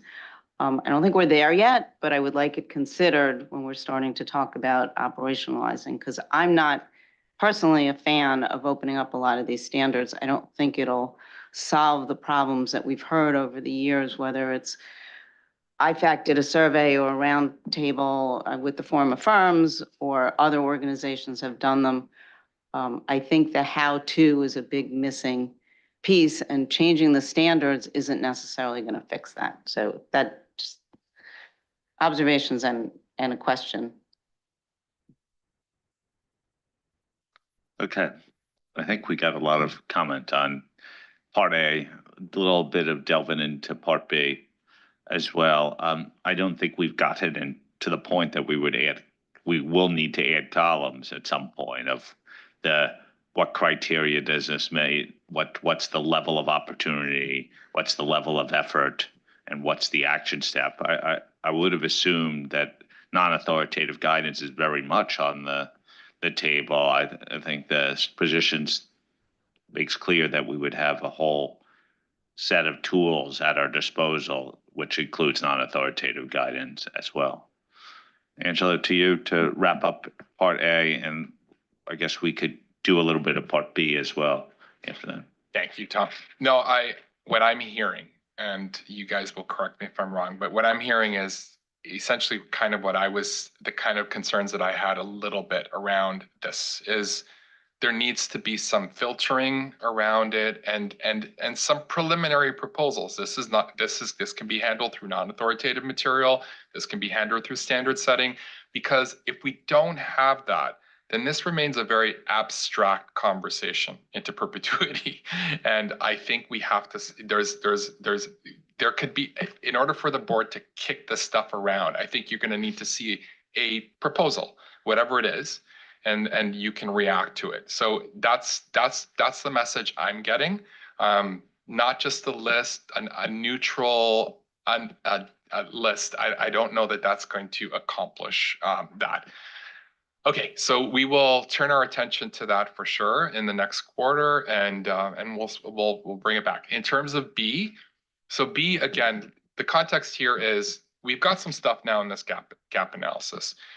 Does it tell you anything useful in terms of what the audit evidence and risk response project team need to potentially think about as they finalize their project proposal. Keeping in mind, of course, that as we mentioned earlier, these were kind of two ships that were on a parallel path. They are going to be intersecting a lot more deliberately over the quarter. There were, you're going to see tomorrow in tomorrow's presentation a slide that lists out the connections, but perhaps you could tell us a little bit more, and maybe it's consistent with what you've already told us, that more specificity is required. But that's the question. Does it tell you something useful for the purposes of those projects? That project.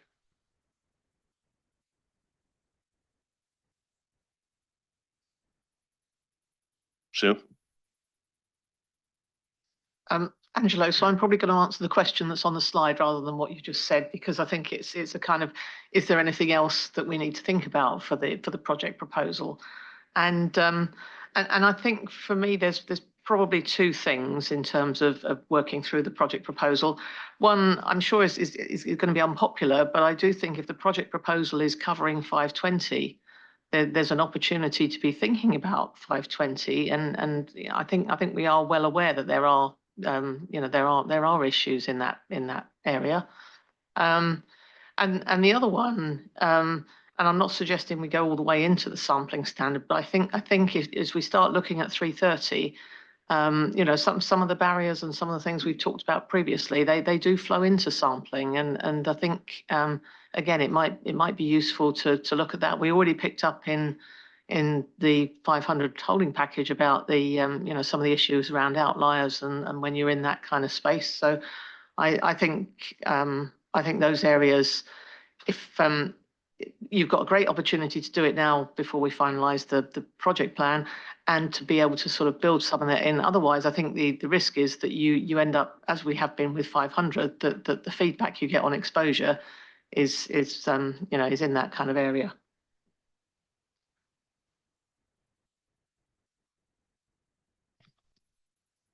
Okay. Anyone else? Thank you, Tom. So I just struggled to answer the question. Any other matters to be considered in relation to 330 and 500 to inform the project proposal? And I've read the project proposal, but and hopefully that table tomorrow is going to help me understand the linkage. Because based on this, I don't see what is going to change in the risk and response project, and I still have an overarching question whether we need to be addressing it there or not in some of the more foundational standards like 220. And so that is what I'm missing. Thank you. Christelle? Thank you, Tom. Perhaps I'm a little bit disruptive. I don't know, but I think that in light of the comments on ICQM1 and the comments made to avoid coming with preconceived ideas, I'm wondering if we could consider a slightly different approach from what was decided in June. First, continue to work on the gap analysis, but to recenter it on the integrated project only.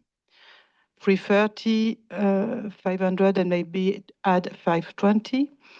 And then have a more holistic view later on the rest of the standards, as choosing standards is already an assumption in itself. So perhaps I come back to the A with a B, but it's what I'm thinking currently when I listen to you. Thank you. Anyone else on Part B here?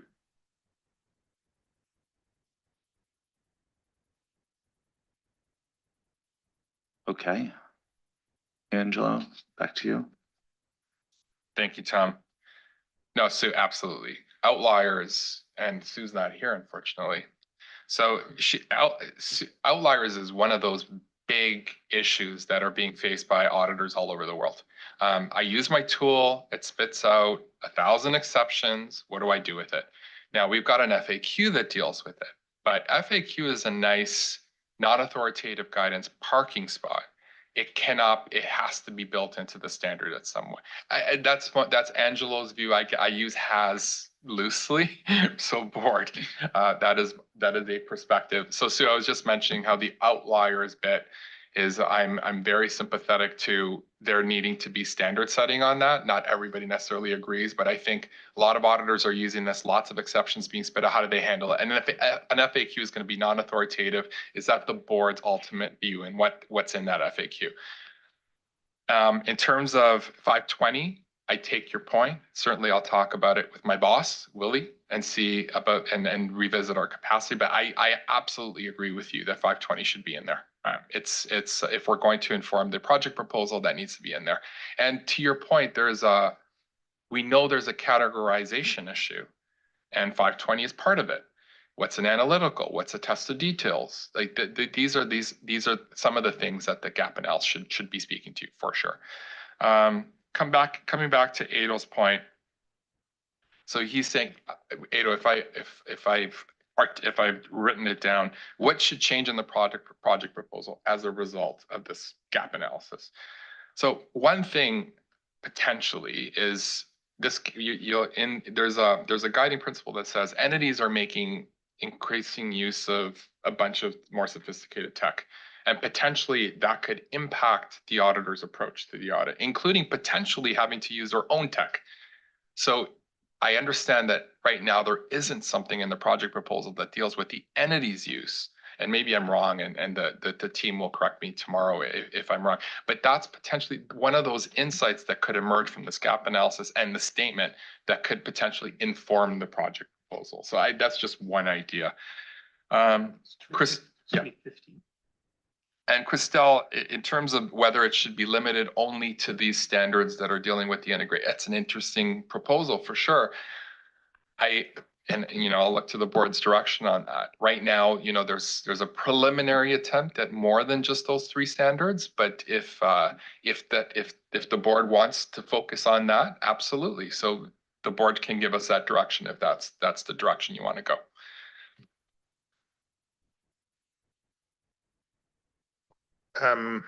Angela, you're quite right. I think the board needs.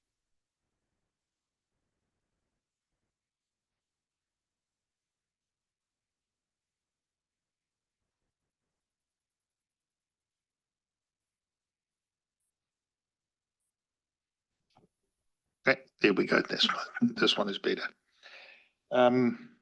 So yes, we do need direction on that, because remember, one of the reasons why we selected the standards that we refer to as the in-scope standards, is it because of the direction we received from the board in June, and to one of the points that Ado made earlier in terms of saying, Ado, when you said you're still not sure where some of the stuff needs to be addressed, some of the stuff may not be addressed in ISO 500 because it's more a broader quality management issue, and if you rather address it in 220, then you've covered it off not just for 500, but maybe for a number of standards. So, and that was the reason why we selected the standards that we did.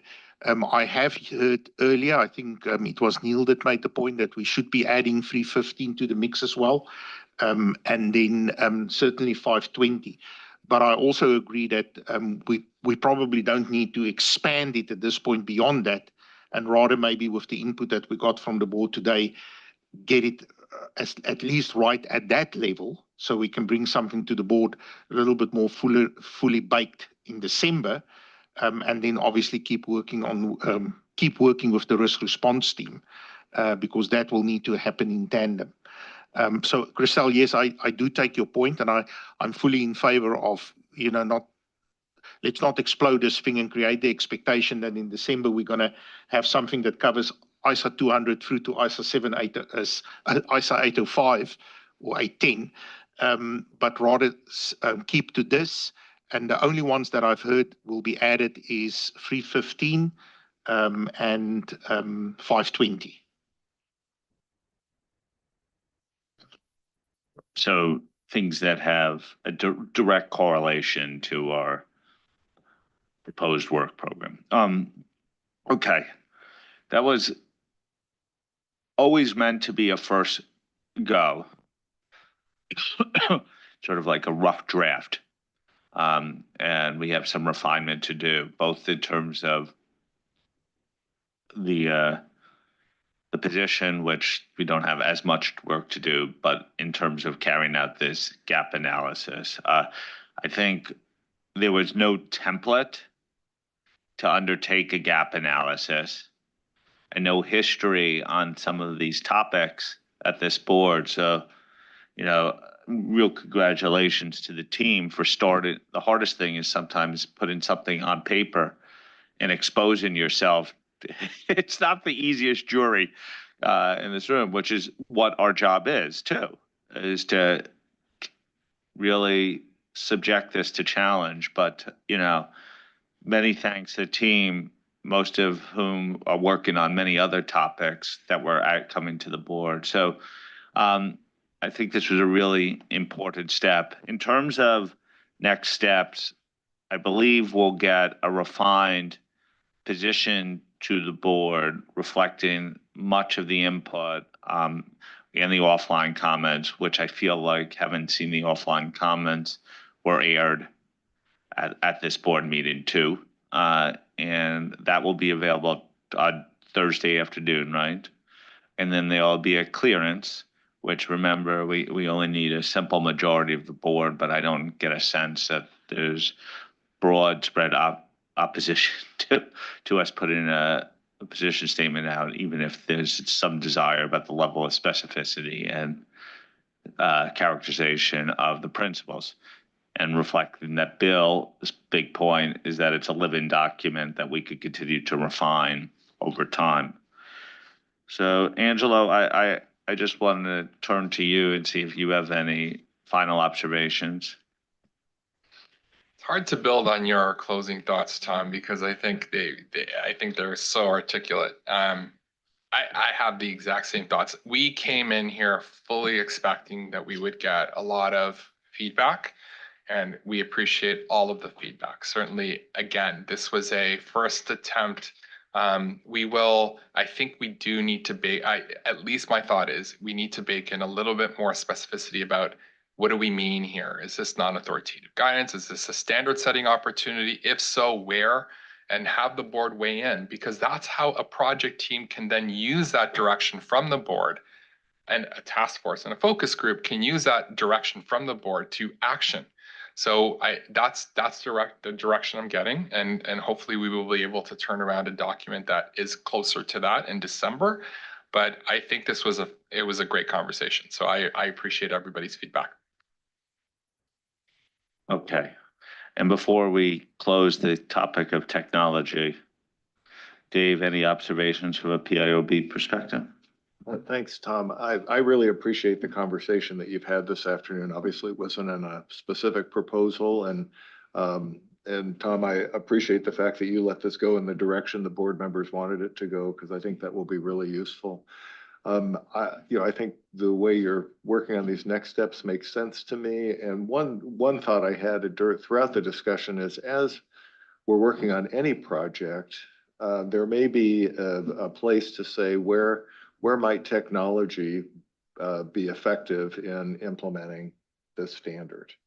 And there may be, while that may look at specific examples that exist at a point in time, it might also give auditors some thoughts on how they might be able to more effectively execute their duties. Okay. Billy, do you have anything you want to add? Sorry, I just want to make sure that because I know the board always very diligently prepares for all these meetings, and you've got notes and comments, please, if you have comments on the gap analysis, please send that through to the team. That will be extremely helpful. Okay, so I think that's the end of our formal business today.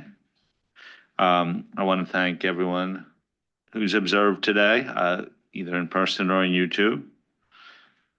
As a treat, the Sustainability Task Force will get to meet at 4:15. I see you're in the green room. Tomorrow, we begin with a joint session with IAASB to focus on coordination matters. As you know, from our discussion and from the agenda paper that was prepared in relation to the joint matters, the coordination matters, we were highly aligned going into this session on Monday, and we remain highly aligned. There are one or two issues we'll update you, none of which brings us outside of alignment, and then it'll be a good discussion tomorrow. I don't know, Josephine, if you want to add anything more on that? No. There's some logistical issues around tomorrow. First of all, the board table's already quite full, and we're gonna have 2 boards in the room. And all the board members, for the most part, have TAs. So we just do not have sufficient space in the room for everyone to have a seat.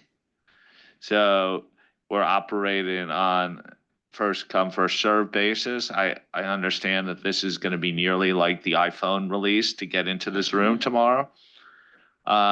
Speaking of technology, but we will have it simulcasted upstairs in the green and orange rooms for those who don't get a seat.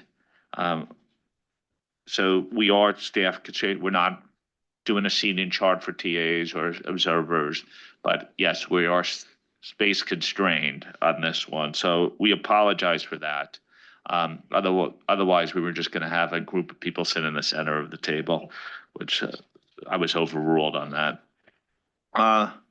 And so that'll be a good session. I think by the end of that session tomorrow, people will have a firm sense that the 2 standard setters are producing interoperable and highly complementary sets of standards for sustainability, assurance, and ethics.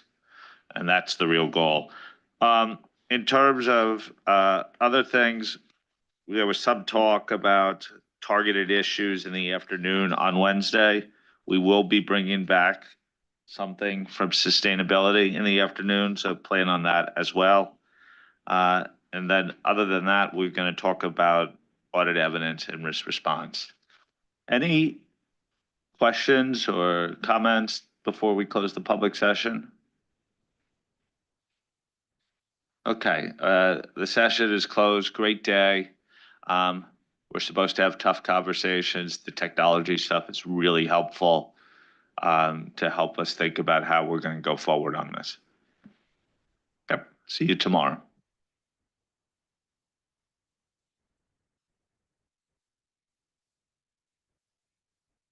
Could we close the public session? I just want to have a quick word with the board in executive.